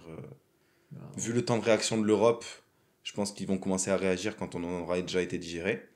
ben, ça va, en fait, on va continuer dans ce qu'on fait. On Oui, va attendre, on va être entre les deux et voilà. ça Mais va pas changer, quoi. vu que l'Europe, vu l'institution à l'ancienne, elle met 1000 ans à réagir et qu'en face, on a des entrepreneurs qui sont habitués à prendre des décisions rapidement, je pense qu'ils vont commencer à réfléchir à la question quand on aura été digéré par les États-Unis. C'est notre problème à nous. Maintenant, en étant un peu pessimiste, ça peut nous amener à des guerres, à une troisième guerre mondiale, suivant les conneries qu'ils vont faire. Ou à l'inverse, ils ont raison et ça peut faire de nouveau remonter les États-Unis en première puissance mondiale et ça peut irradier sur tout le monde et tout le monde en bénéficierait. Honnêtement, Et du coup, par exemple, bon, à ce stade-là, j'aurais du mal à dire. Je suis autant pessimiste que optimiste en fait. Ah. vous aimeriez avoir quelqu'un en France à la hauteur de Elon Musk qui arrive, on va dire, au pouvoir. Par exemple, ça pourrait être la famille Arnaud, tu vois. Oui, dans le sens où au moins on aurait une capacité de réponse. On parlerait le même langage et surtout on s'enlèverait de cette classe Parce que c'est vrai que politique c'est une nouveauté, ça. Ah ben moi, Oui. je suis fan, hein. Je rêverais d'avoir un Trump ou un Elon Musk en France. Peut-être pas au même niveau de folie, mais au moins quelqu'un qui arrive, voilà, qui signe des décrets. Alors après, tout ce qu'il a signé, on ne sait pas si ça va être applicable ou ça sera fait. Bon, Mais moi, il si fait nous, des on avait choses. déjà quelqu'un qui serait dans cet élan-là, en fait, qui proposerait des solutions et qui ferait un branle-bas de combat, ou comme Elon Musk, qui, voilà, il y a l'état des finances, il remet un peu de l'ordre dans tout ce qu'il faut, et on en revient à ce qu'on disait, ben voilà, nous, tout ce qu'on paye, putain, l'argent, il va où, quoi, merde. C'est, sans être vulgaire, Ah, mais c'est il ça. va où l'argent? Donc, si on arrête de donner de l'argent à n'importe qui qu'on contrôle pas, qu'on enlève les couches d'administratifs qui servent à rien, ben l'argent, du coup, il servira à ceux qui en ont besoin. Parce que j'ai aucun problème à donner de l'argent à ceux qui en ont besoin. Je l'ai fait pendant des années, même si ça m'arrachait un peu de lâcher les impôts que je lâchais, mais je savais que ça servait. Hmm. Mais mais c'est moi, cool. je veux un résultat en face. C'est Payer, c'est pas un souci, Par contre, je veux que l'argent, il serve à quelqu'un et qu'on arrête de donner comme avec France Rénov', qu'il y ait des arnaques et qu'il y ait des sociétés qui font des arnaques, qui prennent l'argent et du coup, ça part dans la nature, quoi. Mm. Donc après, et surtout qu'on remette tout le monde à bosser, quoi, plus ou moins. Qu'on essaie de trouver une solution Ouais, pour que que le justement système, ça génère. que le système se rééquilibre et qu'on soit Voilà. productif et pas passif, quoi. Du coup, un Bernard Arnault, si un jour il Premier ministre, vous êtes plutôt pour. Que ça soit lui ou un autre. Hein. Oui, mais dans le profil, oui. Dans le sens où on aura quelqu'un qui déjà sait gérer. Enfin, quelqu'un qui gère une entreprise, pour moi, il n'a pas la même vision qu'un politicien. Qui a juste géré sa façon de se glisser entre les mailles du filet pour amadouer les gens, pour avoir été. Pour moi, un politicien, à l'heure actuelle, ceux qui arrivent en haut, c'est pas des gens qui ont bossé dans leur vie. C'est des gens qui ont bossé leur paraître. C'est-à-dire qu'ils savent parler, dire aux gens ce qu'ils ont envie d'entendre pour pouvoir monter. Mais on n'a plus une classe politique aujourd'hui qui se bat vraiment pour le peuple. On n'a plus une classe politique aujourd'hui qui se bat pour que les gens s'épanouissent, aillent mieux et que le pays aille mieux. Quand on voit les décisions qu'ils prennent, c'est plus ça. Après, je pense que c'est beaucoup plus complexe parce que tu prends par exemple notre président actuel, ou peu importe, tu te dis que déjà, il faut quand même, peu importe le parti, tous ceux qui ont été élus ou qui seront élus dans le futur, c'est des gens très brillants. Au niveau oratoire, tout ça. Et au niveau oratoire, je suis d'accord avec toi. Non, mais c'est quand même. Ils ne sont pas dans la vraie vie. Ils ne sont pas dans la vraie vie. C'est qu'ils n'ont pas la vision. Tu prends par exemple là, ce qui nous est arrivé il n'y a pas très longtemps. Tu prends par exemple Macron, on aime ou on n'aime pas. Il a quand même essayé à un moment donné de bouleverser un petit peu les choses. Mais je suis d'accord avec toi. Il a essayé juste de faire tomber un caillou de la pyramide avec le phénomène des retraites. T'as vu le pays dans. Je suis d'accord. Donc en fait, tu vois, est-ce qu'on est prêt à avoir quelqu'un qui nous fasse des changements? Le peuple français ne sera jamais prêt. Donc je pense que déjà en premier, ça peut venir du peuple, tu vois. En fait, peuple français ne sera jamais prêt. Mais... Ça va venir quand on sera dans le mur, on n'aura pas le choix. Parce que si tu demandes aux Français, ils te diront toujours non, il y aura toujours les syndicats. Mais oui, c'est ça qui est compliqué. Et je rêve qu'on soit dans le mur pour que justement tout change. Malheureusement, il y a Ça peut être bien, après, la seule solution, je la vois là. Attention aussi, t'arrives dans le mur, comment tu repars? Après, tout le monde va y perdre des plumes. Hein. Oui, mais de toute façon, tu veux faire comme la Grèce, tu veux être. Non, je préfère parce que faire c'est ce qui nous attend. Hein, comme les Argentins. Ils ont été dans le mur, ça va mieux, quoi. Oui, mais justement, nous, il faut qu'on finisse dans le mur pour que ça aille mieux. Se regarde, là, on a mis une couche cette année, l'année prochaine, ça va être encore pire, et ils le disent pas encore, mais on peut s'attendre à ce que ça soit encore un peu pire que cette année. Regarde, on parlait des charges. Donc, à un moment donné, quand on n'aura pas le choix, pour peu qu'après, tu n'aies pas les moyens d'emprunter pour payer les retraites, tout ça, tu feras comment? L'argent, il y est, hein, mais il faut qu'il soit juste dépensé comme il faut. Il faut qu'il soit réparti correctement. Et qu'il soit réparti et qu'il soit surtout bien géré. En fait, c'est ça qui nous manque.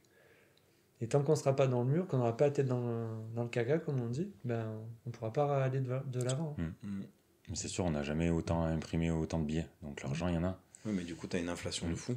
Et la valeur des choses, elle s'écrase aussi. Donc, surtout qu'on est un peu un avion avec deux moteurs. Enfin, quelques moteurs, on va dire. Et tu en as plusieurs qui sont en train de s'éteindre. Et du coup, on va flancher, on va piquer du nez. On va planer un moment. L'industrie, ça va pas, l'immobilier, ça va pas, le bâtiment, ça va pas. La santé, ça va pas. La santé, ça va pas. La consommation, un des seuls moteurs qui te reste, il est en train de flancher. Tu vas être un planeur, à un moment donné, tu vas te planter la tête dans le sol, quoi. Si vous étiez du coup au ministère, au pouvoir, parce que tu peux pas axer ton développement sur tous les aspects. Tu peux pas. Mais si par exemple tu pouvais développer que 3 aspects, toi, tu choisirais quoi comme aspect?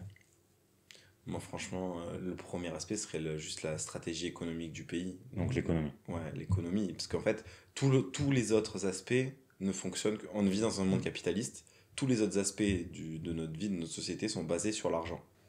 Donc Ludo, pour les gens qui ne te connaissent pas, tu es passionné du coup entrepreneuriat, immobilier, mais tu es aussi passionné de sport, notamment de football. Donc à ce sujet, je t'ai préparé un petit jeu avec plusieurs petites questions. C'est tout simple. Soit tu réponds par oui ou par non aux questions que je te pose. Après, il y a certaines questions que tu peux un peu développer et qu'on peut un peu parler si on sent qu'on en a l'envie. Donc ma première question, c'est Cette saison, donc on est en 2025, est-ce que tu penses que l'Olympique de Marseille finira dans le top 3 de Ligue 1 cette saison? Oui. Ok. Et tu penses qu'ils finiront à quelle place? Bon, même si la première place est compliquée. Bah, je pense que première place, c'est peut-être un peu dur, voire inatteignable, mais au moins deuxième. Je sais pas, moi je vois bien deuxième. Ouais, moi aussi, je le vois deuxième. Ce qui serait déjà une belle place. Hein. Parce que vu le Paris Saint-Germain, il faudrait qu'ils fassent des erreurs, que nous Voilà. on continue, mais ils sont vraiment dans le. Enfin, je sais pas, ils ont une période, on peut pas les arrêter, donc je vois pas comment ils pourraient perdre pour que nous on arrive à les rattraper, quoi. Non, mais c'est ça, on est bientôt en fin de saison. Ils ont déjà beaucoup de points d'avance, un goal average d'avance. Et puis en ce moment, à Paris, ça déroule. Et puis ça Donc, déroule. une deuxième place, ça serait beau. Deuxième place, ça c'est. Moi je vois bien finir deuxième. Ok. Avec les renforts en plus qu'on a eu. Eh bien écoutez, on prend les paris, on verra si Ah Marseille ouais. finit deuxième. Sinon, Ludo, il paye le reste à tout le monde. Ensuite, Kylian Mbappé est-il pour toi l'un des top 3 des meilleurs joueurs en ce moment?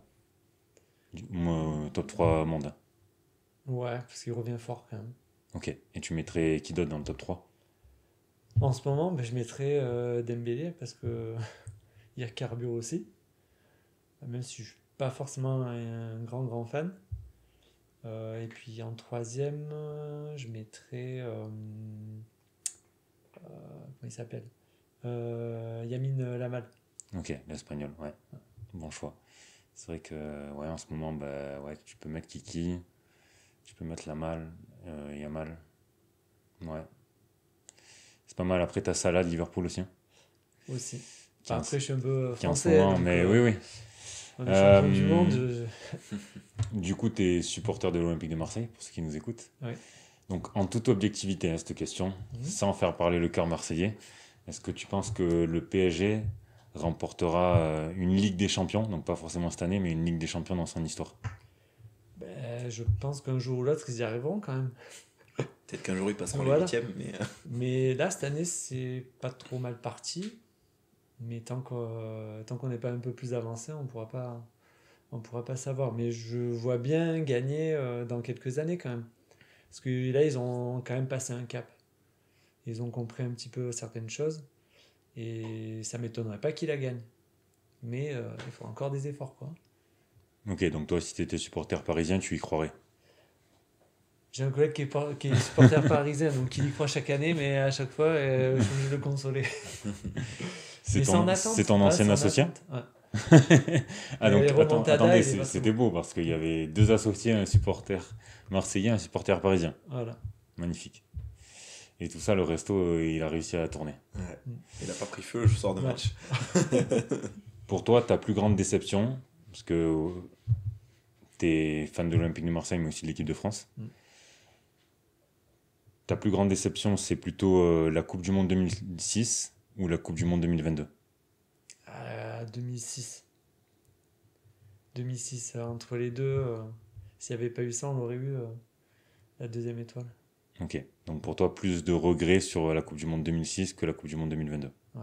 Parce que 2006, c'était le coup de tête de Zidane. On avait tout pour gagner. Et 2022, c'était quand même différent, quoi. Parce que c'est vrai que c'est assez similaire. Les deux fois, on finit en finale, les deux fois au tir au but. Moi, j'étais plus petit en 2006, mais je m'en souviens très bien. Et ouais, je pense qu'on était quand même plus amené aussi à la gagner, celle-ci.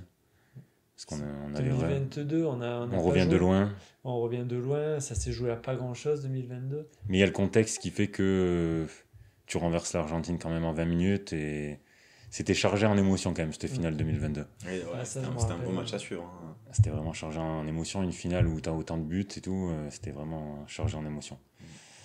Est-ce que tu penses du coup que l'OM remportera, que ce soit du coup l'Europa League ou la Ligue des Champions dans les 5 prochaines années à venir?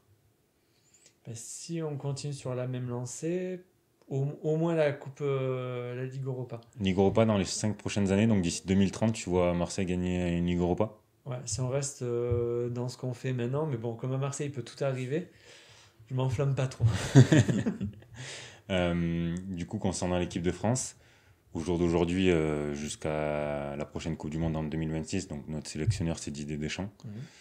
Donc là, c'est pas forcément une question à répondre par oui ou par non, mais c'est plutôt, même si je pense que ta réponse, on la connaît, mais tu prendrais qui comme sélectionneur derrière? Zidane, Zidane sans hésitation. sans hésitation. Ok. Même le coup de tête, il a été pardonné. Ouais, mais on le voit trop depuis longtemps à l'équipe de France et peut-être que là, ça sera l'occasion. Et je vois pas qui c'est que. Enfin, tu veux mettre qui à la place? Vous avez un peu une idée de Déjà, il notre faut prendre le entraîneur? contexte, c'est que en France, on critique beaucoup, mais on a quand même eu, bon, après la méthode, on peut la critiquer, mais on a quand même eu quelqu'un qui nous a fait avoir des résultats. Didier Deschamps, il a repris l'équipe de France, on était au plus bas. Mm. Il nous a fait gagner des titres, et à chaque fois, quasiment, on est allé en finale. Donc oui, c'est dur de passer après lui. Et après lui, qui tu peux mettre, qui peut avoir les épaules, en tout cas sur le papier, il n'y a pas grand monde. Ouais. Donc ouais, pourquoi pas Zidane? Pourquoi pas Zidane? Et Encore entre faut-il guillemets, qu'il accepte, mais lui, je pense Et qu'il je pense attend. qu'il attend que ça, hein. Les joueurs, on Donc, dirait presque aussi, et le peuple, les Français, et une bonne partie attend Zidane. Donc après, est-ce que ça prendra? Tout est la question, mais on fera un podcast dans quelques années. avec plaisir. Est-ce que tu penses que la rivalité entre l'OM et le PSG est-elle toujours aussi intense que les années précédentes ou que toi, tu as connu il y a de ça quelques années ou quelques décennies? bah, c'est toujours pareil, hein. On se déteste toujours, hein. Ok, tu penses pas que ça... Vu qu'il y a moins de rivalité au niveau sportif, vu que le PSG est quand même largement au-dessus ces dernières années, tu penses qu'il y a quand même toujours cette atmosphère... Ah ben y a qu'à voir les stades. Enfin, quand il y a les classicos, il y a qu'à voir que c'est tout le temps plein. Il y a toujours Et ce que je veux tout le dire monde par qui là, c'est regarde les que c'est matchs. vrai qu'avant, déjà, Marseille était au-dessus de Paris. Hmm. Et le Classico, les deux équipes pouvaient gagner. En fait, on a l'amertume de ne pas pouvoir arriver à faire plus Hmm. parce que on sent qu'il y a un peu une classe d'écart. Quoique, il y a eu des fois où on les a bien bougés. Mais non, il y a toujours la même rivalité, quoi. Ça n'a pas changé et je pense pas que ça change un jour, quoi. T'es plus Lionel Messi ou Cristiano Ronaldo? Ronaldo. Ronaldo, ok. Concernant Messi, est-ce que tu penses qu'il aurait dû prolonger encore un petit peu sa carrière en Europe ou est-ce qu'il a bien fait de rejoindre la MLS? Ouais, je pense qu'il fallait qu'il passe à autre chose. Ok. Il a bien fait de partir. La même question pour Kylian Mbappé. Tu penses qu'il a bien fait de partir au Real de Madrid ou qu'il aurait mieux fait de rester au Paris Saint-Germain? Il a fait son cursus à Paris. Et puis il fallait, je pense, un club pour qu'il arrive à dépasser un certain niveau. J'y croyais pas forcément au début. Bon, je pensais que quand même ça allait pas être évident parce que le melon il allait un peu dégonfler parce qu'il y avait quand même pas mal de stars avec lui. Mais finalement, en fait, il s'en sort très bien. Et je pense que ça risque d'être un joueur qui va gagner le ballon d'or. Je pense que là, il est en tout cas si ce n'est le plus grand club du monde. Donc ouais, il a un peu tout. On parlait tout à l'heure de contexte et d'environnement. Il y a un peu les planètes là qui sont alignées. Donc Si c'est pas cette année, ce sera dans les prochaines années, mais il a tout qui est réuni pour qu'il puisse y arriver, ça c'est sûr. Pour peu qu'après l'équipe de France, il y ait une bonne passation, que ça continue comme ça. Et puis on voit que le niveau, il revient quoi. Voilà, il a eu un coup de mou et puis là ça. Puis il va prendre aussi de l'expérience là-bas quoi. Chose Comme- qu'il n'avait pas à Paris. J'allais dire comme tous les grands joueurs, à un moment donné de moi, leur j'allais dire carrière, comme quand t'es entrepreneur en fait. Oui, aussi. Mais Comme carrément. quand Ludo il a acheté son resto à 23 ans. Des doutes, difficultés, puis petit à petit. Et c'est en faisant des erreurs qu'on apprend. Et ça, c'est la vie. C'est ça. Puis tout ce qui était communication, c'était pas terrible au Paris Saint-Germain. Il a fait des erreurs, hein. Puis là, après, tu es enfin, je pense, le meilleur club du monde. Il va apprendre et puis il aura plus le même discours qu'au Paris Saint-Germain, quoi. Puis là-bas, on ne te fait pas de cadeau, quoi. Hmm. Paris Saint-Germain, c'était un peu lui la vedette. Il a peut-être un peu des passes droits, je pense. Mais là, du coup, au Real, c'est fini, ça. Là, avec Ancelotti et puis l'institution Real de Madrid, si t'es pas content. Et c'est tous les joueurs autour de lui, en Mm. fait. À Paris, il n'y avait pas forcément trop d'égal, quand même. Donc là-bas, ça ça va lui faire du bien. Et puis, je pense qu'il est en train de repartir du bon pied. Et tant mieux pour nous, parce que avec Dembélé qui continue comme ça, lui qui commence à marquer, et après sa petite période de doute aussi, ben, nous, franchement, je suis content qu'il soit allé là-bas, quoi. Parce que pour l'équipe de France, le but, c'est qu'on gagne. D'ailleurs, ma prochaine La question, prochaine Coupe du c'est... Monde, il faut que ça soit pour nous. la prochaine question, c'était concernant la Coupe du Monde 2026. Est-ce que tu penses que la France sera championne du monde? Enfin, c'est encore un peu tôt pour le voir. Au vu des derniers matchs de l'équipe de France, j'ai un peu peur. Mais non, je crois qu'on est arrivé en fait au bout d'un cycle. Et il y a d'autres nations qui reviennent quand même bien fort. Et je pense qu'on arrivera quand même dans le dernier carré. Mais après, être champion du monde, même si j'aime bien l'équipe de France, que j'adore, j'ai quand même un peu des doutes. Après, j'espère que les prochains matchs de l'équipe de France, ils seront un peu plus aboutis. Et regarde, on peut se tromper. Dembélé qui marque pas, s'il revient à son top, Mbappé. Mais après, ça se joue à pas grand-chose à les Coupes du Monde. D'ailleurs, j'avais aussi une question. Est-ce que toi, si tu étais sélectionneur de l'équipe de France, est-ce que tu reprendrais Antoine Griezmann dans ton équipe? Non. Il faut arriver à la fin d'un cycle, il faut réinjecter des nouveaux joueurs et qu'on arrive à impliquer d'autres jeunes pour que justement on construise la génération d'après, quoi. Donc pour Et toi, pas d'Antoine Griezmann. même si j'étais un peu déçu qu'il parte, surtout de la manière, il fallait qu'il passe, voilà, même comme Giroud, hein. Et pourtant j'étais le premier à dire en 2022, il ne fallait pas forcément l'amener, et puis je me suis trompé, c'est le Phénix, hein. Il renaît de ses cendres. Mais là, dans Griezmann, puis ça serait pas bon de le réintégrer, quoi. Faut laisser le vestiaire comme il est, en injectant des nouveaux joueurs, et puis il faut laisser la place, hein, tout simplement. T'es plus match de championnat, pardon, ou match de Ligue des Champions? Ligue des Champions, quand même. Ligue des Champions. Bon, mais Marseille n'est pas en Ligue des Champions, donc tu dois pas regarder beaucoup de matchs. Non, j'ai l'habitude. Est-ce que tu regardes le football féminin? J'en ai eu regardé quelques-uns, mais non, c'est pas trop le foot que je regarde. Est-ce que tu penses qu'au jour d'aujourd'hui, on entend de plus en plus et on le voit surtout, de plus en plus que les vrais numéros 9 n'existent pas? Est-ce que tu penses que dans les années à venir, c'est un poste qui va complètement disparaître? Parce que c'est vrai que des vrais numéros 9 comme Haaland, Lewandowski, Harry Kane, on peut en citer quelques-uns, mais il y en a de moins en moins. Beaucoup d'équipes jouent sans numéro 9 ou avec des faux numéros 9. Est-ce que tu penses que ça va être amené à disparaître? Disparaître, non. Il y aura encore des équipes qui joueront avec, mais pas. Peut-être un peu moins que maintenant, mais je pense pas que ça disparaîtra quand même. Le Ludovic de Petit, est-ce qu'il a rêvé d'être footballeur professionnel? Non, pas du tout. Non. Ok. J'ai adoré jouer au foot, j'ai passé des super moments, mais en fait, on n'avait pas le même contexte que maintenant, quoi.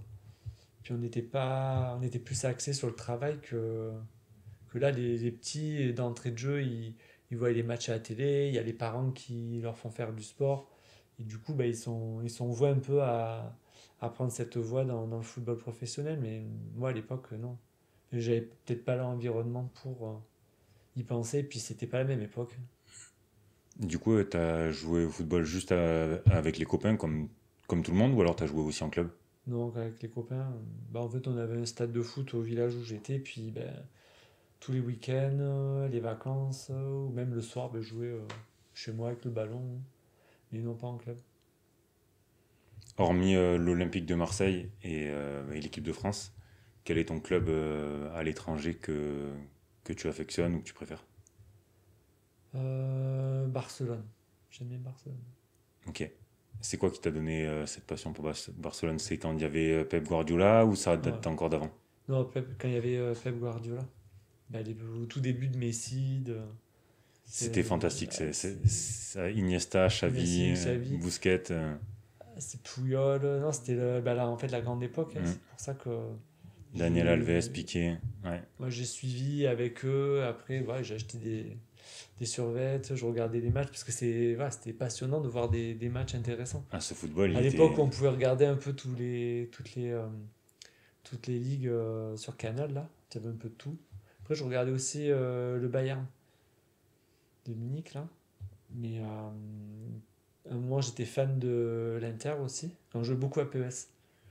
En fait, c'était mon équipe PES. Et quand il y avait Crespo, il y avait Adriano. J'avais souvent cette équipe. Et du coup, après, j'ai arrêté de jouer Aujourd'hui, tu joues encore de temps en temps à la console? Ouais, ça m'arrive.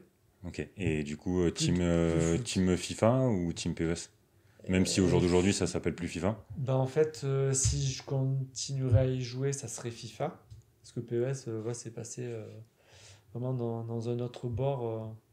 C'était dans les années PES 2006, il était bien. Et puis après, ça a commencé à décliner. Et du coup, j'ai un peu rejoué à FIFA, mais sans trop de conviction. Après, je me suis plutôt axé sur d'autres jeux, en fait. Sur Call of, quoi. Concernant l'équipe de France, t'es team 98 ou team 2018? C'est dur à choisir, hein. Parce que les deux m'ont fait rêver. Mais je dirais 98. Parce qu'on nous attendait pas, c'était en France. Et que il y a eu des trucs incroyables, quoi. Le but de Thuram, Laurent Blanc, Barthez, il y a eu plus de choses qui m'ont marqué en 98, quoi. Je terminerai par une question. Hormis le stade Vélodrome, si tu pouvais te déplacer dans n'importe quel stade du monde pour aller voir un match de foot, tu irais où? J'irais au Camp Nou. C'est où ça? Barcelone. C'est à Barcelone. Ouais. Donc ça va, c'est pas très loin, mais oui, je pense que c'est un stade mythique, pardon. Donc ok pour le Camp Nou. Okay. Toi, je te renvoie pas la question. Non, c'est bon. Ah ouais, moi je regarde pas, donc... Non, mais voilà. c'est pour ça que c'était un échange sympathique de parler de football. Bah oui, c'est vrai qu'avec moi, tu peux pas... On parle de beaucoup de choses, mais ça, c'est des trucs cool. Et pour finir, quelle serait ta phrase qui reprend ta philosophie de vie? Une phrase qui reprend la philosophie. Jamais rien n'est acquis. Pas mal. J'aime bien. Est-ce que tu seras d'accord pour que en description de l'épisode, on mette, je sais pas si tu as un site internet ou alors ton Instagram, ton Facebook, Ouais. s'il y a des gens qui veulent te contacter, soit pour du conseil, sur le Facebook. soit pour de l'immobilier. Justement, Facebook, j'ai que immobilier. Du coup, c'est pour l'activité. Donc, conseillera à Pépin. Et puis après, j'ai mes sites de location aussi. Ça peut intéresser des personnes qui se déplacent sur Sisteron à Lyon. Et ben donc on mettra Donc, ton Facebook, Ouais. tes sites Avec plaisir, tes sites merci. d'appartement en description de la vidéo. Alors. Allez, super. Super. Sur ce, je vous remercie de nous avoir écoutés ou visionnés suivant la plateforme. J'espère que vous avez passé un bon moment. Nous, en tout cas, c'était très très chouette. Pensez à faire vos fameux et je vous dis à la prochaine avec les fameux. À bientôt. Ciao.